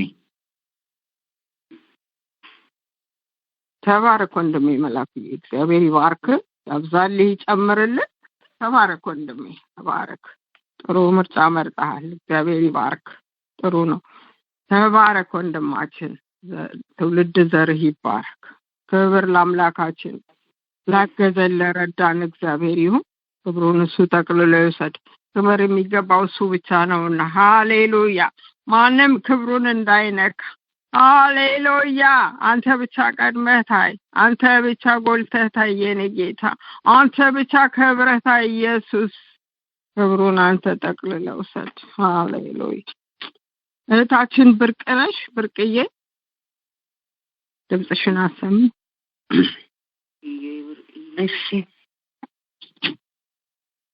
እሺ ሰላም ልሻለሁ ሰንዬ እግዚአብሔር አምላክ አሜን። ባረክ ተከናወኝ። አሜን። እሺ ሰማለሁ አይደል? ትሰማያለሽ? ኦኬ ክብር ለእግዚአብሔር ይሁን። የረዳን እንግዲህ ፋሲካችን ክርስቶስ ለኛ ታርዶልናል። በሞቱ ሞታችንን ሞቶ ሕይወትን ሰጥቶናል። ክብር ለእግዚአብሔር ይሁን። የረዳን እሱ ያገዘን ጌታ የተባረከ ይሁን። ሰላም ቅዱሳን በመስመሩ ላይ ያላችሁ ከወንድሜ ከሰውነት ጀምሮ ያለውን ፕሮግራም እያዳመጡ ነበር። ክብር ለእግዚአብሔር ይሁን። ስለ ወንድም መላኩ እንኳን ጌታ በሰላም ደግሞ እንደገና ድምፅን ልንሰማ ሆነ። ጌታ ስሙ ይባረክ። ፋሲካዬ ተባረኪ፣ እግዚአብሔር ይባርክሽ። አንቺም ሰንዬ ተባረኪ፣ ጌታ አብዝቶ ይጨምርልሽ፣ ጸጋ ያብዛልሽ። በእውነት ጌታ ጸጋው በዝቶልሻል። ክብር ለእግዚአብሔር ይሁን። የረዳን ያገዘን ጌታ የተባረከ ይሁን። ዛሬ ደግሞ እኔ ደግሞ ካነበብኩት አነባለሁኝ። እህታችን ያኤል ከጻፈችው መጽሐፍ ከመጋረጃው ጀርባ ከሚለው አንዱን አነባለሁኝ።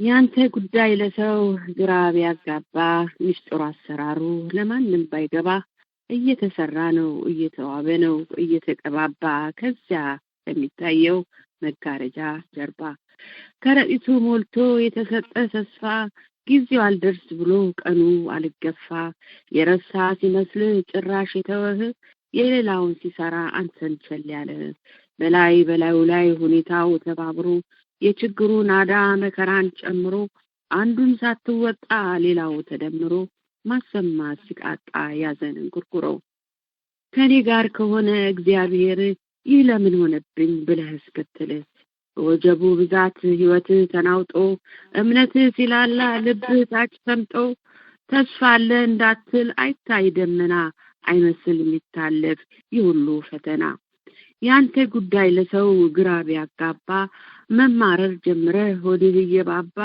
ቀኑ ሺህ ሆኖብህ አይን እያነባ የሌላው የልቤ ያልከው ሰው በድንገት ሲከዳ ዙሪያው ገደሉ ሲሆን ስፍራው ምድረ በዳ ልብ ፈሪ ሆኖ ከቦታ ከቦ የሞት ጥላ በፍጹም ሲሳናት ነፍስ መቆም ችላ የተዘጋ መስሎ ያንተ እድል ፈንታ እርም ልታወጣ ደረስ ልትመታ ሞልቶ ጥርጣሬ በውስጥ ስር ሰዶ ጠላትም ሲነግርህ ቃሉን አወላግዶ ጧት ማታ ወደርሱ ስጮ ተጨንቄ የስንቱ ቆቅልሽ የስንቱ ጥያቄ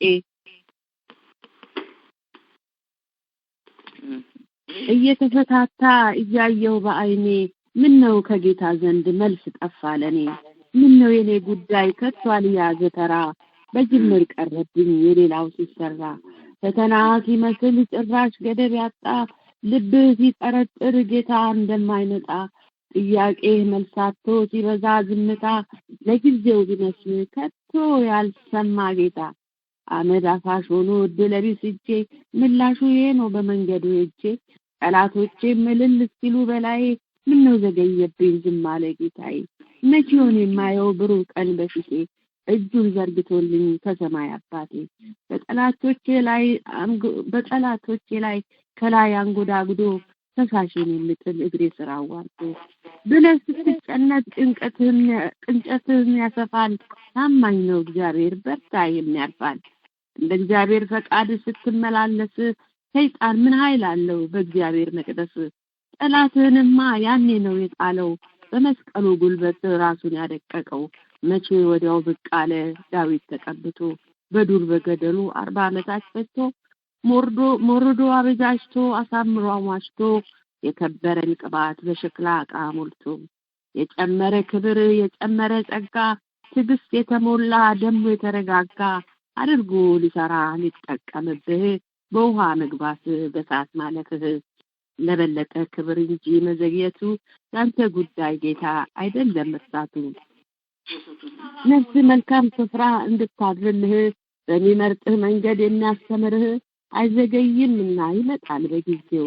በትዕግስት ጠብቀው እግዚአብሔር ቀናለው እስከ እንቆቅልሽ እስከ ጥያቄህ እስካልተፈታታው እስከ ቋጠሮህ ከባዱን ሸክምን በመስቀል ስር ጣልና ጠብቀው ታማኝ ነው እግዚአብሔር እቶ እንዳትፈራ የእግዚአብሔርን ዛቻ የጠራህን ስማ እግዚአብሔርን ብቻ ተፈራን አትልቀቅ በገዢዎች ቁጣ ሰው በሕይወት ላይ ለውጥ ላይ ያመጣ ሁኔታ አዝሎ አዝነ ተስፋ ቆርጠ ይወጣም አጥቶብህ አገልግሎት ትተህ መልሴ ሲመጣልኝ ሲሞላ ስለቴ ፈውሴ ሲጸናልኝ ሲድን ሰውነቴ ያን ጊዜ አመልካለሁ እወጣለሁ ያልክ አገለግላለሁ ጌታን ያለልክ ብለህ የተቀመጥክ ሰጠህ ቀጠሮ ትእዛዝን ከሰማይ ሲልከው ቀን ቆጥሮ ጌታ ሊጎበኝ ወደ አንተ ሲመጣ ከመሰዊያው ዙሪያ ከስፍራ ትታጣ ታምነህ ብትጠብቀው ኃይልህን አድሶ በቅርብ ታየዋለህ ስራ ተጨርሶ ያንተ ጉዳይ ለሰው ግራ ቢያጋባ ሚስጥር አሰራሩ ለማንም ባይገባ እየተሰራ ነው እየተዋበ ነው እየተቀባባ ከዚያ ከሚታየው መጋረጃ ጀርባ እግዚአብሔር የተመሰገነውን እንግዲህ ተስፋ ለተቆረጡ የሚያጽናና የሚያበረታታ ነው እንግዲህ የዘገየች ተስፋ ልብን ታሳዝናለች ይላል አይደል ቃሉ ስለዚህ ተስፋ እንዳንቆርጥ በመሰዊያችን ላይ እንድንጠብቅ የሚያሳስብ ነው እንዲህ እንደተረዳሁት ማለት ነው እግዚአብሔር ይመስገን ጌታ ይባርካት ጸጋ ይብዛላት ባለችበት ጌታ ይጠብቃት ክብር ለእግዚአብሔር ተባረክልኝ ይደገም አሜን አሜን እግዚአብሔር ይባርክሽ እህታችን ብርቅዬ ተባረኪ ዘመንሽ ይባረክ ይደገም የሚል ድምጽ ሰማለሁኝ መጨረሻ ላይ ጊዜ ካለን ትደግሚልናለሽ እህቴ ዩቲዩብ ላይ አለኩ እሺ ይሁን ግን ያው ትደግሚልናለሽ ተባረኪ ተባረኪ ዘመንሽ ይባረክ በብዙ ስነ ጽሁፍ ተገረጪ እግዚአብሔር ያብዛልሽ ይጨምርልሽ ተባረኪ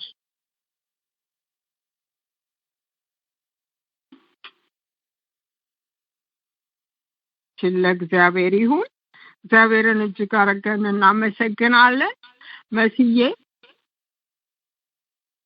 ድምፅሽን አሰሚ መሲ እሺ ባለው ቦታ ካለሽ አቤት እየረዳ ቦታ ካለሽ እየረዳ እሺ ተባረኪ እህቴ እንኳን ደህና መቅደስም አለ ቦታ ካለሽ እሺ መቅደስዬ እንኳን ደህና መጣችሁ እህቶች ተባረኩ እሺ ሚውት አድርጉልን ታዲያ አሁን ብርቅነሽ ጋር ነው መሰለኝ እሺ ብርቅዬ ሚውት አድርጉ ኔጋ ድምጽ የለም እሺ ክብር ለእግዚአብሔር ይሁን ተባረኩ ቅዱሳን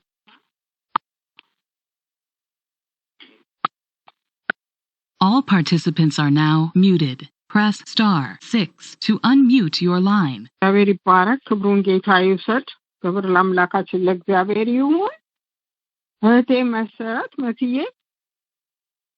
እንደና መጣሽ ተባረኪ ተከናወኝ አሜን አሜን እሺ ተሰኒ መስመር ላይ ያላችሁ ቅዱሳን ሁሉ ሰላም እላችኋለሁ እግዚአብሔር ጸጋና ሰላም ይብዛላችሁ ዛሬ ማነበው ከዚህ በፊት አንብቤዋለሁ ግን እህታችን ራሄል ኤዲት አድርጋ ደግሞ ቆንጆ አድርጋዋለችና አልሰለችም የሚለውን ግጥም ነው አልሰለችም ሳንኳኩ መግባት ከቶ የለምና ትዕግስትን ታጥቄ እኔም ደጁን ልጥና መከፈቱ እንደው ግድ ነው አውቃለሁ ፍጹም አልሰለችም እጠብቀዋለሁ ለምኑ ይሰጣል ይገኛል ፈልጉ እጃችሁ አይድከም ከፊት ይልቅ ትጉ ብሎ የታመነው ጌታ ቃሉን ሰጥቷል እነሆ ሊያስገባን በሩን ተጠግቷል ፊሮፊኒቃውቷ አዳማጩን ሁሉ በእምነት አስደንቃ ፈውሷን እንዳገኘች በጽናት ጠብቃ ለቡችሎች እንኳን ከማዕድ የሚወድቅ የጌታውን መዳፍ ጠረን የሚናፍቅ ከመልካም እጆቹ ይጠግባል ከራቡ አይጨክንበትም ሸሽቶ ካጠገቡ ዝምበል በሚል ትእዛዝ ሰው በሩን ሲዘጋ እምነትን ጨብጦ የዳዊት ልጅ ማረኝ ብሎ ለተጠጋ በርጤሜዎስ ጮሆ እንዳገኘ ብርሃን እንዳገኘ መውጫ ሳይዝሉ ማንኳኳት ይሁን የኛ ምርጫ ይልበ ብርሃን በእምነት አስከፍቶ ፈውሱን እንዳፈሰ ጨርቁን ጥሎ ሮጦ ከርሱ እንደደረሰ አብዝቶ የጮኸ በሆነለት ሁሉ አምላኩን ያከብራል ዝምበል ባሉት ፊት ማዳን ቸርነቱ ቆሞ ይናገራል። እግዚአብሔርን ማይፈራ ሰው ጤፍ የሆነውን አመፀኛ ዳኛ እየወተወተች ከባላ ጋራ ይፍረድልኝ ብላ ተክታ የለመነች ምስኪኗ መበለት ልቡን አሸንፋ ፍርድን አግኝታለች ስንቱን ችግር አልፋ። ሰው እንኳን አልጋው ላይ እግሮቹን ተጣጥቦ በልጆቹ መሃል ሞቆት ከተኛበት ጧ ብሎ በጀርባው ከተንጋለለበት መዝጊያውን ይከፍታል ወዳጁ ቢያንኳኳ እንግዳ መጥቶበት። ጌታ ኢየሱስም በስጋው ወራቶች ተክቶ እየጸለየ መከራውን ሲያልፈው የሚገባበትን ያን ክብር እያየ በመስቀል ታግሶ ጽዋውን ጠጥቶ ሁሉንም ፈጽሟል። ለአንዴና ዘላለም በሩን አስከፍቶ እኛን ይዞ ገብቷል። ተባረኩ። አሜን አሜን። እግዚአብሔር ይባርክሽ መስዬ፣ ተባረኪ፣ ያብዛልሽ፣ ይጨምርልሽ፣ ትውልድሽ ዘርሽ ይባረክ። ክብር ለአምላካችን እግዚአብሔር ይሁን። የረዳን ያገዘን እግዚአብሔር ይባረክ። ክብሩን ጠቅልሎ እሱ ይውሰድ። ቦታለሽ እስቲ እሞክራለሁ። እሺ ይዝሻል። ንገሪ። አልማዝዬ እንኳን ደህና መጣሽ። እንኳን ደህና ቆይ። ተባረኪ። ሰልምዬ ቦታ ካለሽ እኔም በጣም አጭር አለችኝ፣ በጣም ጀንጀነች። ሶፊዬ እሺ ይዝሻለሁ። ሶፊ በቃ የብርቅነሽ መደገሙ ይቀራል ወይም ሰዓት ካልበቃ። ሄሎ አቤት። ሄሎ እኔም አለኝ ጊዜ ካለሽ። ስምረት ነኝ። እሺ ስምረትዬ፣ እሺ ስምረት ይዤሻለሁ። እሺ ተባረኪልኝ። እሺ ተባረኪ እህቴ፣ እንደና መጣሽ።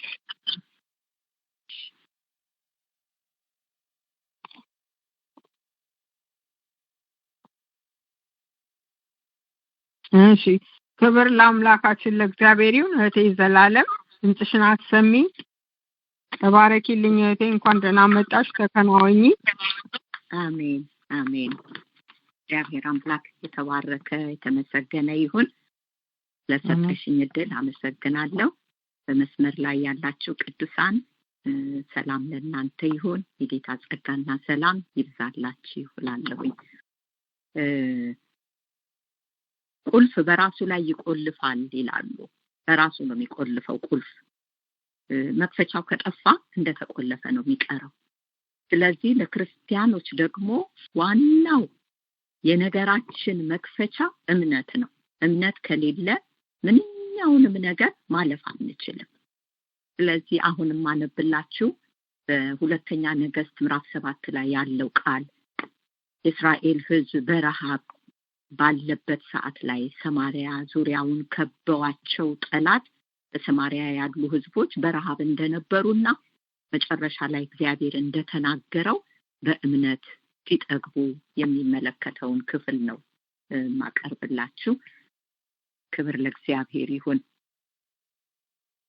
የሶርያ ንጉስ ወልደይደር የሚባል ሰራዊቱን ይዞ ሰማርያን ከበባት። አይወጡ አይገቡ በጣም አስጨንቆ በሰማርያ ላይ ታላቅ ረሃብ ሆኖ የአህያ ራስና የርግብ ኩስ ተወዶ ህዝቡ ተጨነቀ በጠላት ተከቦ።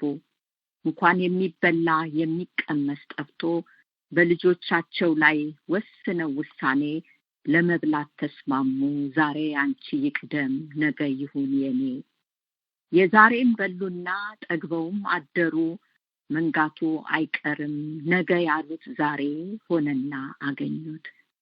ረሃብ ጊዜ አይሰጥም ልጅንም ያስበላል። ለጨከነ ሰውም ሁሉን ያስደርጋል። ሩህሩሃ እናት ልጇን ደበቀችው። ቀቅለው እንዲበሉ ፈቅዳ አልሰጠችው። አቤቱታ ሄዱ እስከ ንጉስ ድረስ። ፍረድልኝ ፍረድልኝ እምባዬን አብስ። ተነጋግረን ተስማምተን ወስነን ባደረግነው ዛሬ አፈረሰች የተናገረችውን ያለችውን ሁሉ። ልጇን ሸሸገችው አይሞትም ብላ። ረሃቡ ጸንቷል ታዲያ ምን እንብላ? ንጉሱም ተቆጣ ልብሱንም ቀደደ። የህዝቡንም አይን ማቅ እንደለበሰ። ያን ነብይ ጥሩት ለዚህ ሁሉ ረሃብ ተጠያቂ እሱ ነው አለና ንጉሱ መልእክተኛ ላከ። እግዚአብሔር ደግ ነው እንኳን ከታሰበ ከተወረወረ ከሁሉ ያድናል። የተራቡትንም ጌታ እኮ ያጠግባል። ንጉሱ ያልገባው ይሄ ሁሉ ረሃብ ከወዴት ነው የመጣው? እረስቲን ጠይቅ። መልሱ ከወዴት ነው ብሎ ከማማከር ጣቱን ጠቆመበት። ምንም ባላረገው ተገዳደረበት። ነቢዩም አምላኩ ቀድሞውን ነግሮታል። ይህ ክፉ ንጉስ ራስህን ይቆርጥ ዘንድ መልእክተኛ ልኳል። አይዞህ፣ እኔ ካንተ ጋር ነኝ፣ ማንም አይቋቋምህ፣ አትፍራ። ንገረው እንደ ቃሌ ብትኖር፣ ትእዛዜን ብትጠብቅ ከኔ ጋር ይህ የምታየው ረሃብ አይከሰት ነበር። ይኸው እንደምትሰማው እግዚአብሔር ነው ያረገው ብሎ ያማርራል። ነቢዩም እግዚአብሔር ከሆነ ይህን ያደረገው ልንገርህ ስማ፣ እሱም ይለው አለው። ነገ በዚሁ ሰዓት በሰማርያ በር እህል ተትረፍርፎ ይሸጣል በርካሽ። ማለፊያ ዱቄቱ ገብስም ታገኛለህ፣ የእግዚአብሔርን ክንድ ያኔ ታየዋለህ ብሎ ሲናገረው ሌላው ተቃወመ።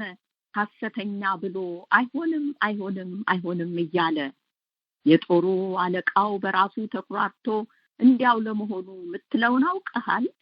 እግዚአብሔር ከሰማይ መስኮትን ቢከፍት የተናገርከውን ቃል ሊሆንስ ይችላል ብሎ ሲጠይቀው ነቢዩ ኤልሳዕን እርሱም መለሰለት፣ ለምን ተጠራጠርክ?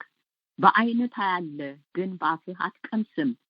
እንደማያምን ሰው ልብህን አደረክ። ያመኑት ጠግበዋል፣ እህልም ተትረፍርፏል። ሁሉም በልቶ የአምላኩን ሥራ በዓይናቸው አይተዋል። እነዚያ ለምጻሞች በሰው የተናቁ መጡ ወደ ንጉሱ ምስራች ሊነግሩ። ንጉሱም ሳያምን ሰላዮችን ላከ። ነገሩ ግራ ገባው፣ እስቲ እንይ አለ። እግዚአብሔር ተናግሯል፣ ፈጽሞ አይዋሽም። እንደተናገረው ሁሉ መልካም ሆኗል። ከረሃብ አጥግቦ ጠላትን አባሮ ሕዝቡን የመገበ የእስራኤል ቅዱስ ዛሬም ታማኝ ጌታ ለሚታመኑበት የተናገረውን ያደርጋል፣ ያበላል፣ ያጠጣል፣ ያወጣል ከመከራ ስጋት። እግዚአብሔር ደግ ነው፣ መልካምም አባት ነው፣ ሰምቶ የሚመልስ ሚራራ ጌታ ነው። እግዚአብሔር ይባርካችሁ። የነው ያለኝ ተባረኩ። አሜን አሜን። ዘላለም እግዚአብሔር ይባርክሽ፣ ያብዛልሽ፣ ይጨምርልሽ፣ ትውልድሽ ዘርሽ ይባረክ። በብዙ ስነ ጽሑፍ ተገለጭ እህታችን። ተባረክ ተባረክ። በጣም ቆንጆ ጽሑፍ ነው። ተባረክ። እግዚአብሔር ይባረክ። የረዳን ያገዘን እግዚአብሔር ይባረክ። ክብሩን እግዚአብሔር ይውሰድ። ወንድሜ በጋሻው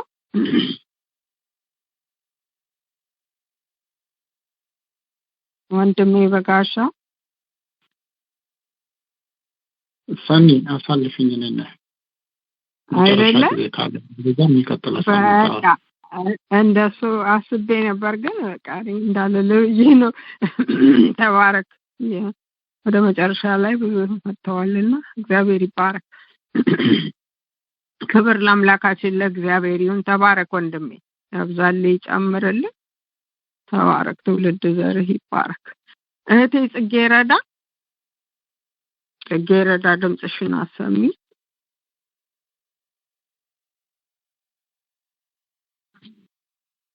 ሰማለሁ። ትሰሚያለሽ። ተባረኪ። ተባረኪ። ተከናወን። እንዴት ሰነበታችሁ? ጌታ ኢየሱስ ክርስቶስ ጌታ ነው። ተባረኪ እናቴ ድሉን ስለሰጠሽኝ። የማነበው ወንድማችን በጋሻው ከበደ ከጻፈው አናጺው ከሚለው መጽሐፍ ላይ ነው። አርስቱ የት ነው የሄደው ይላል። ለቅሶ ደራሹ የ40 ዓመት ጎልማሳው ግርማ በጣም የሚወደው የቤቱን ምስጢር የሚያካፍለው፣ አብዛኛውን ጊዜ ለቅሶና ሰርግ አብሮት የሚሄደው፣ እየተሳሳቁ ብዙ ቁም ነገሮችን ቀልዶችን የሚያካፍለው፣ ገንዘብ የሚያበድረው ጓደኛው ሞቶ በተቀበረ ማግስት ነበር መርዶ የደረሰው። ግርማ ለስራ ጉዳይ ከከተማ ወጥቶ ሲመለስ ነበር ለቅሶ ለመድረስ የቻለው። ለቅሶ ደራሹ ግርማ ወደ ሟቹ ጓደኛው ቤት እንደቀረበ ጩኸቱን አቀለጠው። ጓዴ የት ነው የሄድከው? ኧረ የት ነው የሄድከው ጓዴ? የት ነው የሄድከው ጓዴ? ኧረ የት ነው የሄድከው? እያለ ካንጀቱ እንባው በፊቱ ላይ እየወረደ ማልቀስ ጀመረ። በሁለት እጁ ጭንቅላቱን እንደያዘ ጓዴ የት ነው ሄድከው? ኧረ የት ነው ሄደው? እስቲ ንገሩኝና እናንተዬ የት ነው ሄደው? ጓዴ ትንሽ አረፋልና እንባውን በማበስ መሐረቡን አፍንጫው ላይ እንዳፈነ እንፍ ብሎ ከተናፈጠ በኋላ አለ። ደገመው። የት ነው ሄደው? ኧረ የት ነው ሄደው? የት ነው የሄደው ጓዴ? አለቃቀሱን ለሚሰማ ሁሉ እንኳን ሊያጽናና በእንባ መካከል ለቅሶ ለሳቅ ይኮረኮራል። እንደውም አንዳንዱ የሳቁ በፍታ ከከንፈሩ ሲያመልጠው በነጠላው ግርጌ ጨቁኖ አንገቱን ሲያቀረቅር ይታያል። ለሁሉ ወሬውን አቁሞ እሱን በመስማት መገረም ጀምረዋል። አሁንም ለ4 ደቂቃ ያህል ጸጥ ብሎ ቆይቶ ድንገት የት ነው ሄደው? የት ነው ሄደው? ኧረ የት ነው የሄደው ጓዴ? ኧረ የት ነው ሄደው? እስቲ ንገሩኝ ወገኖቼ የት ነው ሄደው ጓዴ? አለ በለቅሶ። ሁሉም ሰው አጠገቡ ካለው ጋር መነጋገር አቁሟል። አንዳንዶቹ በመሐረብ በነጠላ አፍንጫቸው ድረስ ተሸፍነው በግርምት ሲሰሙት ሲጋብዙት ሲታዘቡት ከቆዩ በኋላ ትንሽ ነካ ያረገው ይሆን የሚል ጥያቄ አጭሮባቸዋል። አሁን የተቀማጭ ለቀስተኞቹ የመገረምና የመታዘብ ትዕግስታቸው አለቀ። አንዳንዶቹ ይሄ ሰውዬ ከደገመው ሄጄ ይህን አጉል አለቃቀስን አቁም ነው የሚለው በማለት ካሁን ይጮሃል እያሉ ይጠባበቁ ነበር። አልቀረም። ጓዴ የት ነው ሄደው? ኧረ የት ነው ሄደው? በማለት ለቅሶውን ቀጠለ። በገርነት በየዋህነት ያለ ፍርሃት ያለ ይሉኝታ ከሟቹ ሚስት አጠገብ የተቀመጡት በእድሜ ጠና ያሉ አባት ጮህ ብለው የት ይሄዳል? ይህች የተረገመች ምድር ትቶ ሄደ። የቀብሩን ቦታ ካላወቅ ቀጨኔ መካነ መቃብር ነው የተቀበረው። የት ነው ሄደው የምትለው ምን የሚሉት አለቃቀስ ነው እባክህ አሉ። በመቆጣት በመናደድ በመገሰጽም እንዳይደግመው እያፈጠጡበት አይናቸውን እያጉረጠረጡ ግርማ አይ አባባ እሱም አልጠፋኝም፣ መሞትማ ሁላችንም በቀናችን አይቀርልንም። አሁንም አፍጥጦ መጥቷል። ትንሽ አይል ትልቅ እየጠረገው ነው። አባባ አለ በአክብሮት። የኔ ጥያቄ ሌላ ነው ወይ ጓዴ የት ነው ሄደው? አለ እየተናፈቀ። የሰው ሁሉ ጆሮ እንደ ጥንቸል ጆሮ ምን ለማለት ፈልጎ ነው ብለው ከአባባ ሳይሆን ከሞኝ ቢጤው ግርማ ለመስማት በመጓጓት ከሞት በኋላ ማለቴ እኮ ነው አባባ። መልሱን ሁሉም ቢያውቀውም አባባ ፈጠናሉና ይሄ ሞኝ አሉና ወደ ሰው ሁሉ እያዩ ሰው ከሞተ በኋላ የት ነው የሚሄደው? ይሄን የማያውቅ አለ ብለህ ነው ጃል?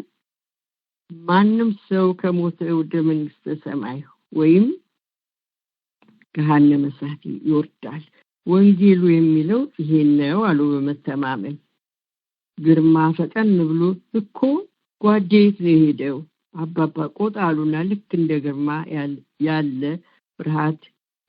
ፍርሃት ያለ ይሉኝታ ከሳቸው በላይ ትልቅ ሰው የለምና እሱን እግዚአብሔርን ጠይቀው እንጂ እኛን አይደለም። እንዲህ ያለ ደረቅ ከጥሞኝም አያውቃሉ። ግርማ ከፍ ባለ ድምፁ እኔ እኮ ብሞት የት እንደምሄድ አውቃለሁ አባባ። ጎረቤቶቼ ይሄውም ምስክሮች አሉ። እኔ እኮ በየቀኑ እየሰከርኩ ሚስቴን የምደበድብ፣ ውሃ ቀጠነ እያልኩ ምንም ሳያጠፉ ልጆቼን የምገርፍ፣ በየቀኑ እየሰከርኩ በጩኸት ጎረቤቶቼን የምረብሽ ነበርኩ። ኧረ ስንቱ የኔ ኃጢአት ተቆጥሮ አያልቅም። ምህረት የበዛ አምላክ በምህረቱ ተቀብሎኝ እኔም ልቤን ከፍቼ ተቀብዬው ይሄው ልጅ ሆኛለሁ። አባባ ታዲያ እኔ ከድንግል ማርያም የተወለደው ኢየሱስ ክርስቶስ በመስቀል ላይ ተሰቃይቶ ስለ ኃጢአቴ የሞተልኝን ልጁን አባት ከሆነኝ በኋላ ወደ ገሃነም እሳት ይጥለኛል? ኧረ በፍጹም። ወይኔ ጉዴ የት ነው የሄደው አለና በንግግር መሃል ከኪሱ ሰዓቱን አውጥቶ አየኔ ነገር የሥራ ሰዓት ደርሶብኛል። ወደ ሟች ጓደኛው ሚስት ጎንበስ ብሎ እየተሰናበተ እግዚአብሔር መጽናናትን ያብዛላችሁ ማታ እመጣለሁ ብሎ ተሰናብቶ በፍጥነት ሄደ ይላል። ተባረኩ። ጨርሻለሁ። አሜን አሜን አሜን። ተባረክ እህታችን ጽጌረዳ፣ እግዚአብሔር ይባርክሽ፣ ያብዛልሽ፣ ይጨምርልሽ፣ ትውልድሽ ዘርሽ ይባርክ። ተባረክ። አሜን። ክብር ለአምላካችን ለእግዚአብሔር ይሁን። እህታችን መቅደስ ድምፅሽን አሰሚኝ። መቅደዬ እሺ እህቴ ጌታ ኢየሱስ ይባርክሽ። ደግሞ ሁላችንንም ሳንኖር አስበሽ ስለምታስታውሽን እግዚአብሔር አምላክ ያስታውስሽ በነገርሽ ሁሉ። ቅዱሳን እህቴ እንደዚህ ሁላችሁም የጌታ ሰላምና ጸጋ ይብዛላችሁ። አሁንም አነበው ከወንድማችን በጋሻው መጽሐፍ አናጺው ከሚለው ነው። ርዕሱ እንደዚህ ይላል። ያለው ማን ነው? እግዚአብሔር ሞቷል ያለው ማን ነው? እግዚአብሔር ተኝቷል ያለው ማን ነው? የሚያይ ባይመስል የሚሰማ፣ ባይዳስስ ባይነካ፣ ባይታይ ባይሰማ፣ እንደተጎናጸፈ በክብሩ እንደተንሰራፋ አለ በመንበሩ። የታመመ ሁሉ ይሞታል ያለው ማን ነው? የሞተስ አይነሳም ያለው ማን ነው? የወደቀ አይነሳም፣ የደከመስ አይበረታም፣ ያዘነስ አይጽናናም፣ ጸሎት አይመለስም ያለው ማን ነው? ደግሞ በእምነት ለጮኸ ጌታን ለፈለገው ኧረ ምንድነው ለእግዚአብሔር የሚከብደው? ይህ ያቅተኛል ይህን አልችልም የሚለው የኢያሪኮ ቅጥር የግንቡ ርዝመቱ ሰረገላ የሚያሮጥ ወደ ጎን ስፋቱ ጉልበት ሳይጠቀም ዶማና ድማሚት ደጋግሞ በመዞር ፈረሰ በጩኸት። የነ ኤናቅ ልጆች ረጃጅሞቹ በጣም የሚያስፈሩት እንደ እንጀራ ሲያደርግ በልጆቹ እምነት ምድረ በዳ ሆኖ ምንም በሌለበት ከየት ይመጣል ቢባል ውሃና እንጀራ። ሰው ተርቦ አይሞትም እግዚአብሔር ሲሰራ። ፈርዖን ከጀርባ በጎን ምድረ በዳ ፊት ለፊት ባህሩ መንገድን ቢዘጋ ውሃን ያለ ድጋፍ ከምሮ የሚያቆመው በአውሎ ነፋስ መሃል መንገድ የሚፈጥረው እንጨቱን አስጥሞ ብረቱን ሲያንሳፍፈው ውሃውን እንደ ግድግዳ ደግፎ የሚይዘው ደመናና ነፋስ ዝናብ በሌለበት ባዶውን ሸለቆ ውሃ የሚሞላበት መርዛማውን ውሃ አጣፍጦ የሚያጠጣው የአኪጦፌልን ምክር ከንቱ ያደረገው የሞተ ሬሳውን ተኝቷል የሚለው ተቀብሮ የቆየው ከሞት የሚጣራው ዝም ያለ ቢመስል ግን በስራ ላይ ነው። ታዲያ ይሰራም የሚለው ማን ነው? ሰይጣንስ ደከመ ያለው ማን ነው? ሰይጣን ሞቷል በቃ ይሰራም ያለው ማን ነው? አቤቱ ሩጫው ቀሌት ትጋቱ ማብቂያ የሌለው ለክፋቱ ቢዞር የማይደክመው ውይ ጭካኔው ርህራሄ መራራት አዘኔታ የማያውቀው ምናልባት አድክሞ አቅስሎ ቢተወው ተስፋ አስቆርጦ ለታመመ ለደከመ ለወደቀው የወደቀውን ሊደቁስ መከራ ሊያብስበት ቀንና ሌሊት የሚተጋ ያለ እረፍት ታዲያ ዛሬ ሰይጣን አይታሰርም ያለው ማን ነው? አይወድቅምስ ያለው ማን ነው? ከሰውስ ሰይጣን አይወጣም ያለው ማን ነው? በኢየሱስ ስም ጠንካራውን በሰይጣን ላይ ኃይለኛውን ዛሬ ስሙ ደከመ ያለው ማን ነው? የኢየሱስ ስም አይሰራም ያለው ማን ነው? በእምነት ለጠራው ሰይጣንን ጥፍር አድርጎ ሊያስረው እንቅስቃሴውን ሊገታው መሰሪ ምክሩን ሊያፈርሰው ያው የሆነውን የሚሰራ ሰዓት ነው የሚያቃጥለው ሰይፍ ነው የሚቆርጠው። የኢየሱስ ስም ምሱ ነው። ኢየሱስ እግዚአብሔር ልጅ መሆኑን ላመነው ደግሞ ምንድነው የሚሳነው? አይ እግዚአብሔር ትልቁ አስደናቂ አምላክ የሚያስገርም መለከት ሳያስነፋ ሳይሮጥ ሳይሽቀዳደም በአዋጅ ሳይነገር እንደ ነፋስ ሳይታይ ፈቃዱን የሚፈጽም ያለ ገደብ ያለ ከልካይ አለ ዛሬም የሚሰራ መፍትሄ የሚሰጥ በዙፋኑ ላይ አሜን አሜን። ተባረኩ። አሜን አሜን። መቅድዬ እግዚአብሔር ይባርክሽ፣ ዘመንሽ ይባረክ፣ ባርኮ ለበረከት ያድርግሽ፣ በብዙ ስነ ጽሑፍ ተገለጪ፣ ትውልድሽ ዘርሽ ይባረክ። ክብር ለአምላካችን ለእግዚአብሔር ይሁን። የረዳን ያገዘን እግዚአብሔር ይባረክ። ሃሌሉያ። እህቴ አልማዝ ድምፅሽን አሰሚ። ሰማለሁ ፈኒ ትሰሚያለሽ አልሚዬ። እግዚአብሔር ይባርክሽ። እንኳን ደህና መጣሽ። እንኳን ደህና ቆየሽ ሰንዬ። ሰላም እልሻለሁ። እንዲሁም ጉባኤውን የጌታ ኢየሱስ ክርስቶስ ጸጋና ሰላም ይብዛላችሁ። ተባረኩ ወገኖቼ። የግጥሜ ርዕስ ነገሩ ተገለበጠ ይላል። አዋጅ ተደንግጎ መርዶክዮስ ሊሞት እንጨት ተዘጋጅቶ የሚሰቀልበት ሐማ ደስ ብሎት ሲሯሯጥበት ሞቱንም ለማፍጠን ሲሯሯጥበት እግዚአብሔር ግን ደርሶ ሁሉን ለዋወጠው ውርደቱን ለክብር ለሹመት አረገው። በለሱም የሚጠብቅ ፍሬዋን ይበላል፣ ጌታውም የሚጠብቅ እጅግም ይከብራል። ኤልሻዳይም ታምኖ ከቶ ማን ሰው አፍሯል። ስለዚህ ወገኔ አትደናገጥ፣ ይልቁን ንጉሱን አጥብቀህ ጠብቅ። ብድራት አይበላም፣ እግዚአብሔር ታማኝ ነው። የመረጠህ ጌታ እሱ ድንቅ አምላክ ነው። ሚጠጋጋ ወዳጅ የቅርብ ረዳት ነው። ርስቱን ለጠላት ከቶም የማይሰጥ ነው። ይልቁን ከፊትህ አውጥቶ አጥፋ ይላል፣ በከፍታቸው ላይ ተረማመድ ይላል። አሸናፊው ጌታ ድልን ላንተ ሰጥቷል። ተባሪው እግዚአብሔር ከፊትህ ወጥቷል። እንቅልፍ ከንጉሱ እንዲሸሽ አድርጎታል። የዘመናት ታሪክ የያዘው መጽሐፍ ማገላበጥ ይዟል። ገበታና ታራ ሊገድሉት እንደነበር መርዶክዮስ ተናግሮ እዚያ ውስጥ ተጽፏል። ንጉሱም ጠየቀ፣ እረ ለመሆኑ ለዚህ ሰው ምን ተደርጎለታል? ጊዜው አሁን ነበር መርዶክዮስ መታያው፣ ከአመድ ላይ መነሻው፣ ከሞት ፍርድ ማምለጫው፣ ከፍታ ላይ መውጫው። በጠላቱ አንደበት በገዳዩ አንደበት ንጉስ ያከብረው ዘንድ ለሚወደው እንዲደረግለታል ተብሎ ሊነገር ጊዜው አሁን ነበር። መርዶክዮስ ከበረ፣ ሐማም ተዋረደ፣ ባዘጋጀው እንጨት ራሱ ተሰቀለ። መርዶክዮስ ከበረ፣ ሐማም ተዋረደ፣ ባዘጋጀው እንጨት ራሱ ተሰቀለ። አሜን። ጨርሻለሁ። ተባረኪልኝ ሰንዬ። አሜን አሜን። አልምዬ እግዚአብሔር ይባርክሽ፣ ያብዛልሽ፣ ይጨምርልሽ። ተባረኪ፣ ትውልድሽ ዘርሽ ይባረክ። ክብር ለአምላካችን ለእግዚአብሔር ይሁን። የረዳን ያገዘን እግዚአብሔር ይባረክ። እህቴ ሶፊያ ድምፅሽን አሰሚኝ። ሶፊዬ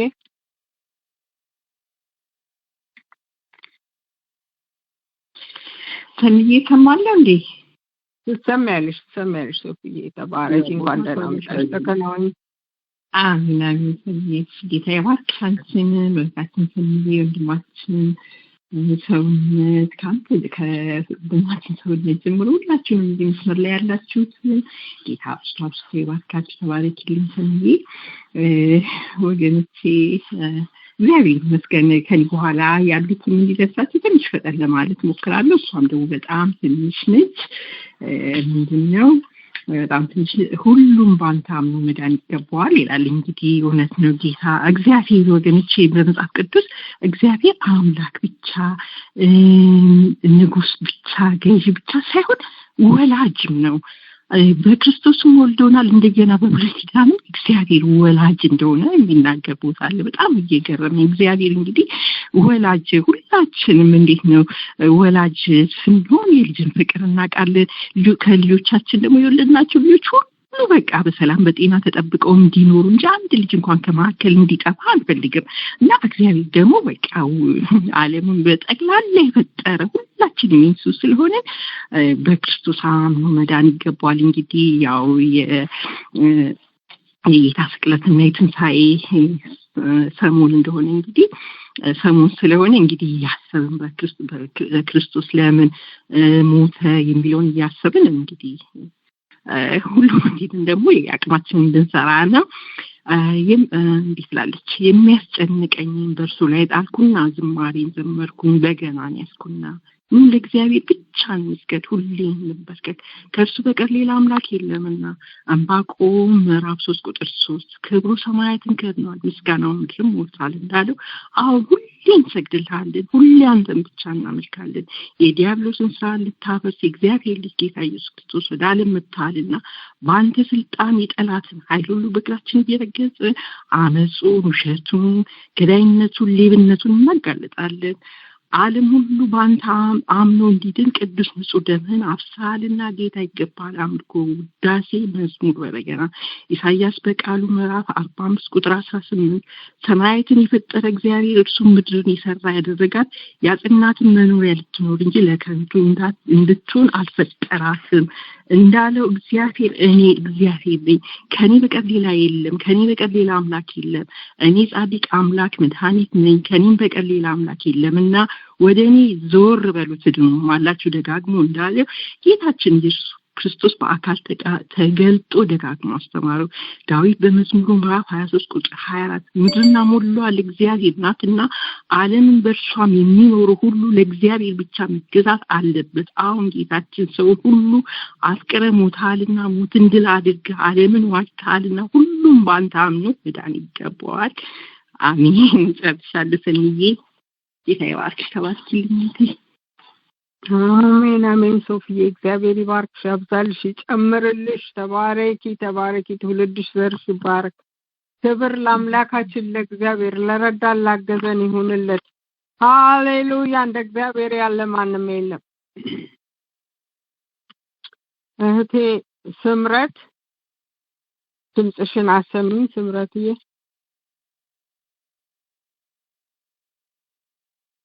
እህቴ ስምረት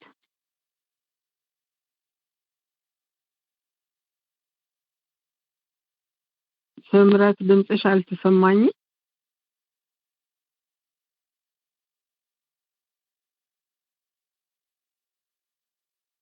መስመሩ ላይ ያለሽ ስምረትዬ ወይስ እኔ አልሰማ?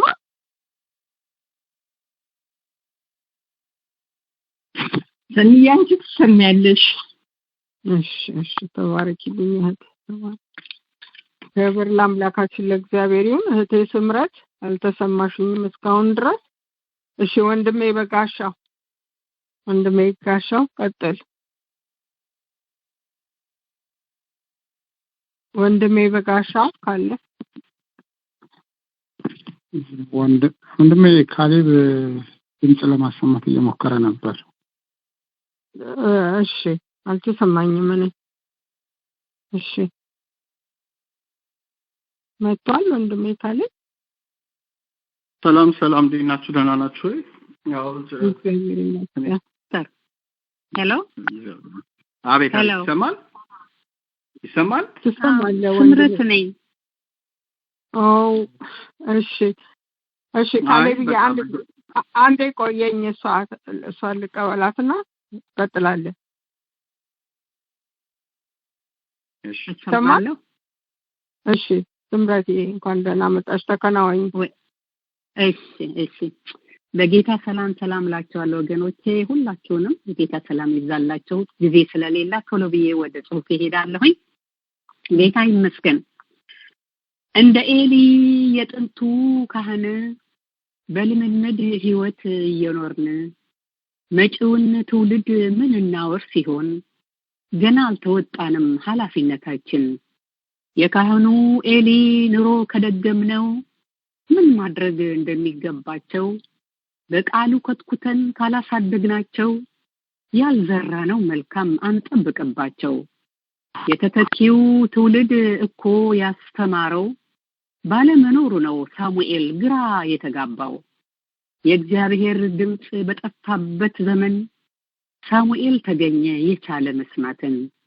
ለይቶ ባያውቅም የመጣው ከወዴት ስላልተነገረው በቃሉ በእውቀት 3 ጊዜ ሄዶ ኤሊን ቢጠይቀው እኔ አልጠራሁም ሄደህ ተኛ አለው። ተኝቶም ያስተኛ የደከመ መንፈስ አይታጣ ይሆን ቸል የሚል አሁንስ ደንዝዞም ያለነዝዝ ነቅቶ የማይጠብቅ የትውልዱን መንፈስ በክፋት የሚያደቅ እግዚአብሔር ጉዳዩ ከሳሙኤል ጋር ነው። መጣና አጠገቡ ቆመ አልሰማ ስላለው ይህኔ ነው ያለው እነሆ ሰማለው የልብህን ሐሳብ ላደምጥ ወዳለው በማለት መለሰ በመታዘዝ መንፈስ በፍጹም ትህትና ድምጹን በማለስለስ የእግዚአብሔር መልእክት ወደ ልቡ እንዲፈስ። ስለዚህ ወገኔ በቃ አይበጀንም፣ በልምምድ መመላለስ እኛን አይገልጸንም። ሙሴ ብድራቱን ትኩር ብሎ አይቶ አልሳተም አልሄደም ከመስመሩ ወጥቶ ከእግዚአብሔር ሕዝብ ጋር መቀበልን መርጦ ዋጋ እንደከፈለ ከምቾቱ ሮጦ ከወገኖቹ ጋር ሁሉን ለመቀበል ወደ ኋላ አላለም፣ ቃሉ ተፈጽሟል። እኛም ዛሬ ከልምምድ ወጥተን ጊዜን በመዋጀት አውቀን ለዚህ ዘመን ለትውልድ የሚሆን መታሰቢያ ትተን ለሁሉ የሚታይ ሐውልት አቁመን የእውነት አሻራ ማስቀመጥ አለብን። ከተደፈነ ልብ፣ ከፈዘዘ ዓይን፣ ከቸልተኝነት የትውልድ እንዲችል አጥርቶ በማየት የጌታ ፈቃዱን የሚፈጽምበት ጉልበት የሚሆነው ለመጪው ሕይወቱ ሙሴን ያሳወቀች ፍጹም ማንነቱ ነበረች ምርጧ ሴት የሙሴ እናቱ። ማንነቱን አውቆ እንዲያድግ አድርጋው የሕዝቡ መዳኛ እንዲሆን ሆነው ከሚመቸው ኑሮ የማይመቸው እንዲመርጥ አድርጋ ስላሳደገችው ከሚስጥሩ አንዱ በተግባር ገለጸው። የተመቸ ሆኖ ለእግዚአብሔር አሳብ እንዲመራ ሆነ የእስራኤልን ሕዝብ።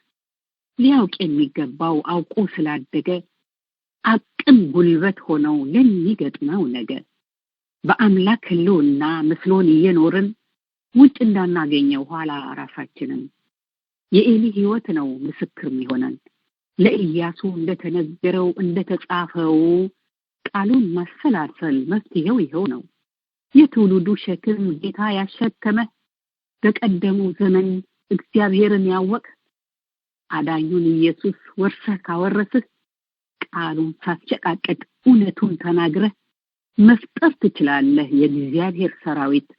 ተግተህ ከተወጣህ ያንተን ኃላፊነት የእግዚአብሔርን ልብ ታሳርፈዋለህ፣ መጪውንም ትውልድ ለድል ታበቃለህ።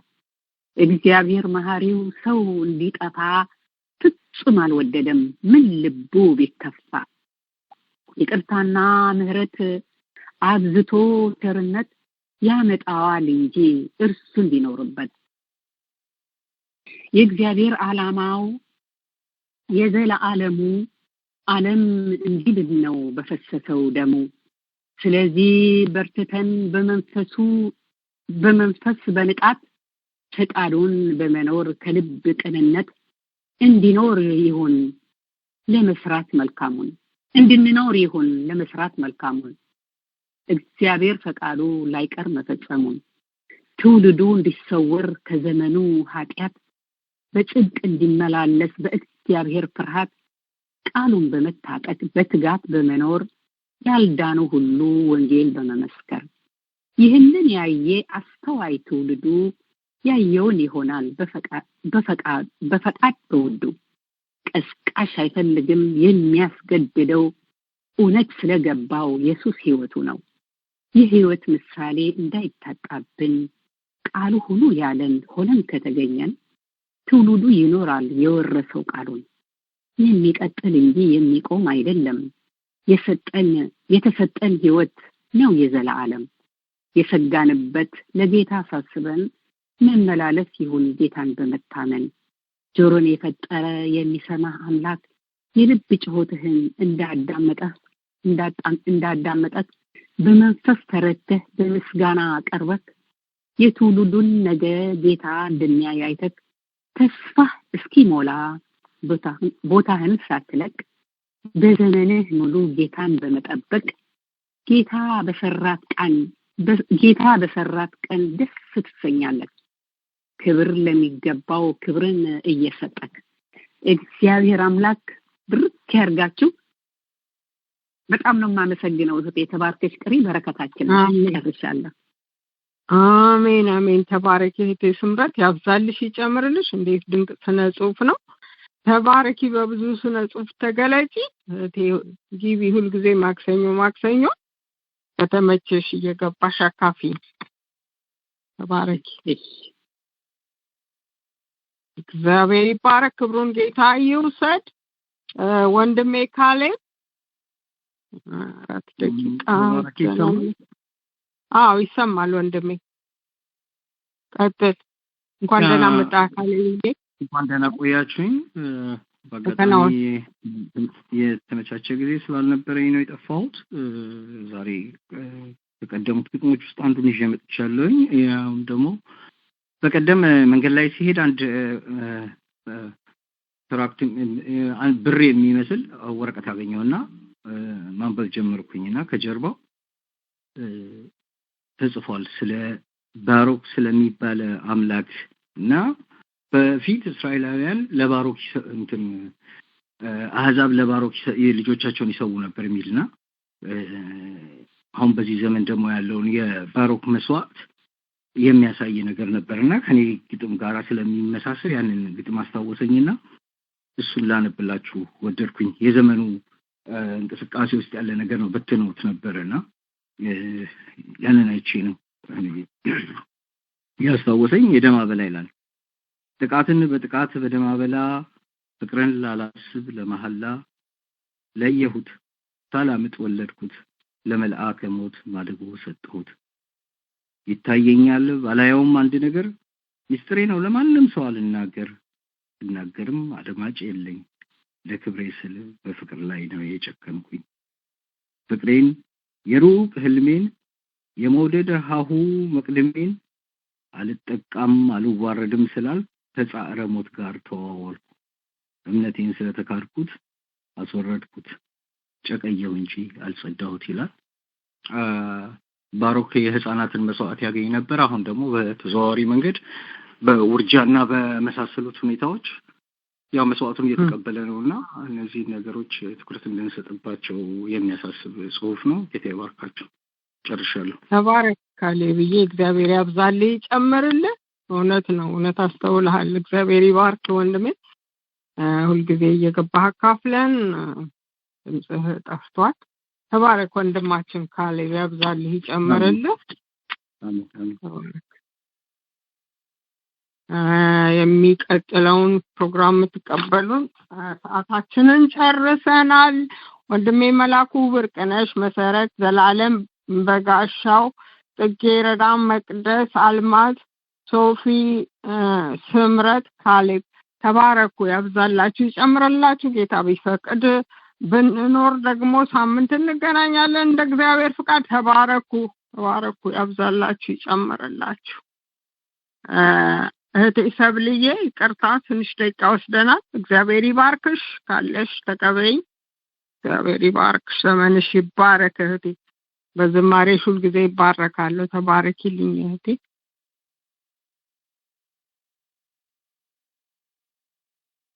ሰብልዬ ከሆንሽ የፕሮግራም ለውጥ ከሌለ ተቀበይኝ፣ ወይም የተመደባችሁ ሌላ ካላችሁ።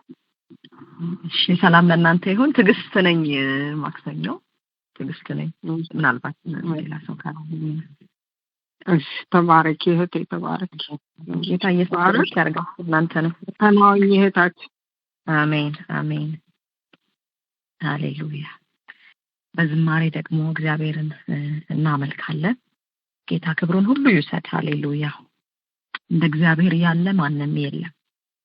እንደ እግዚአብሔር ያለ ማንም የለም። እርሱ ትልቅ ነው። እርሱ ኃያል ነው። እግዚአብሔር ትልቅ ነው። ሃሌሉያ። እንደ እግዚአብሔር ያለ እንደ አምላኬ ያለ እደነቃለሁኝ በምድር ስለሌለ እንደ እግዚአብሔር ያለ እንደ አምላኬ ያለ እገረማለሁኝ በምድር ስለሌለ እንደ እግዚአብሔር ያለ እንደ አምላኬ ያለ እገረማለሁኝ በምድር ስለሌለ አምላኬን የሚስተካከለው ማነው? ጌታዬን የሚስተካከለው ማነው?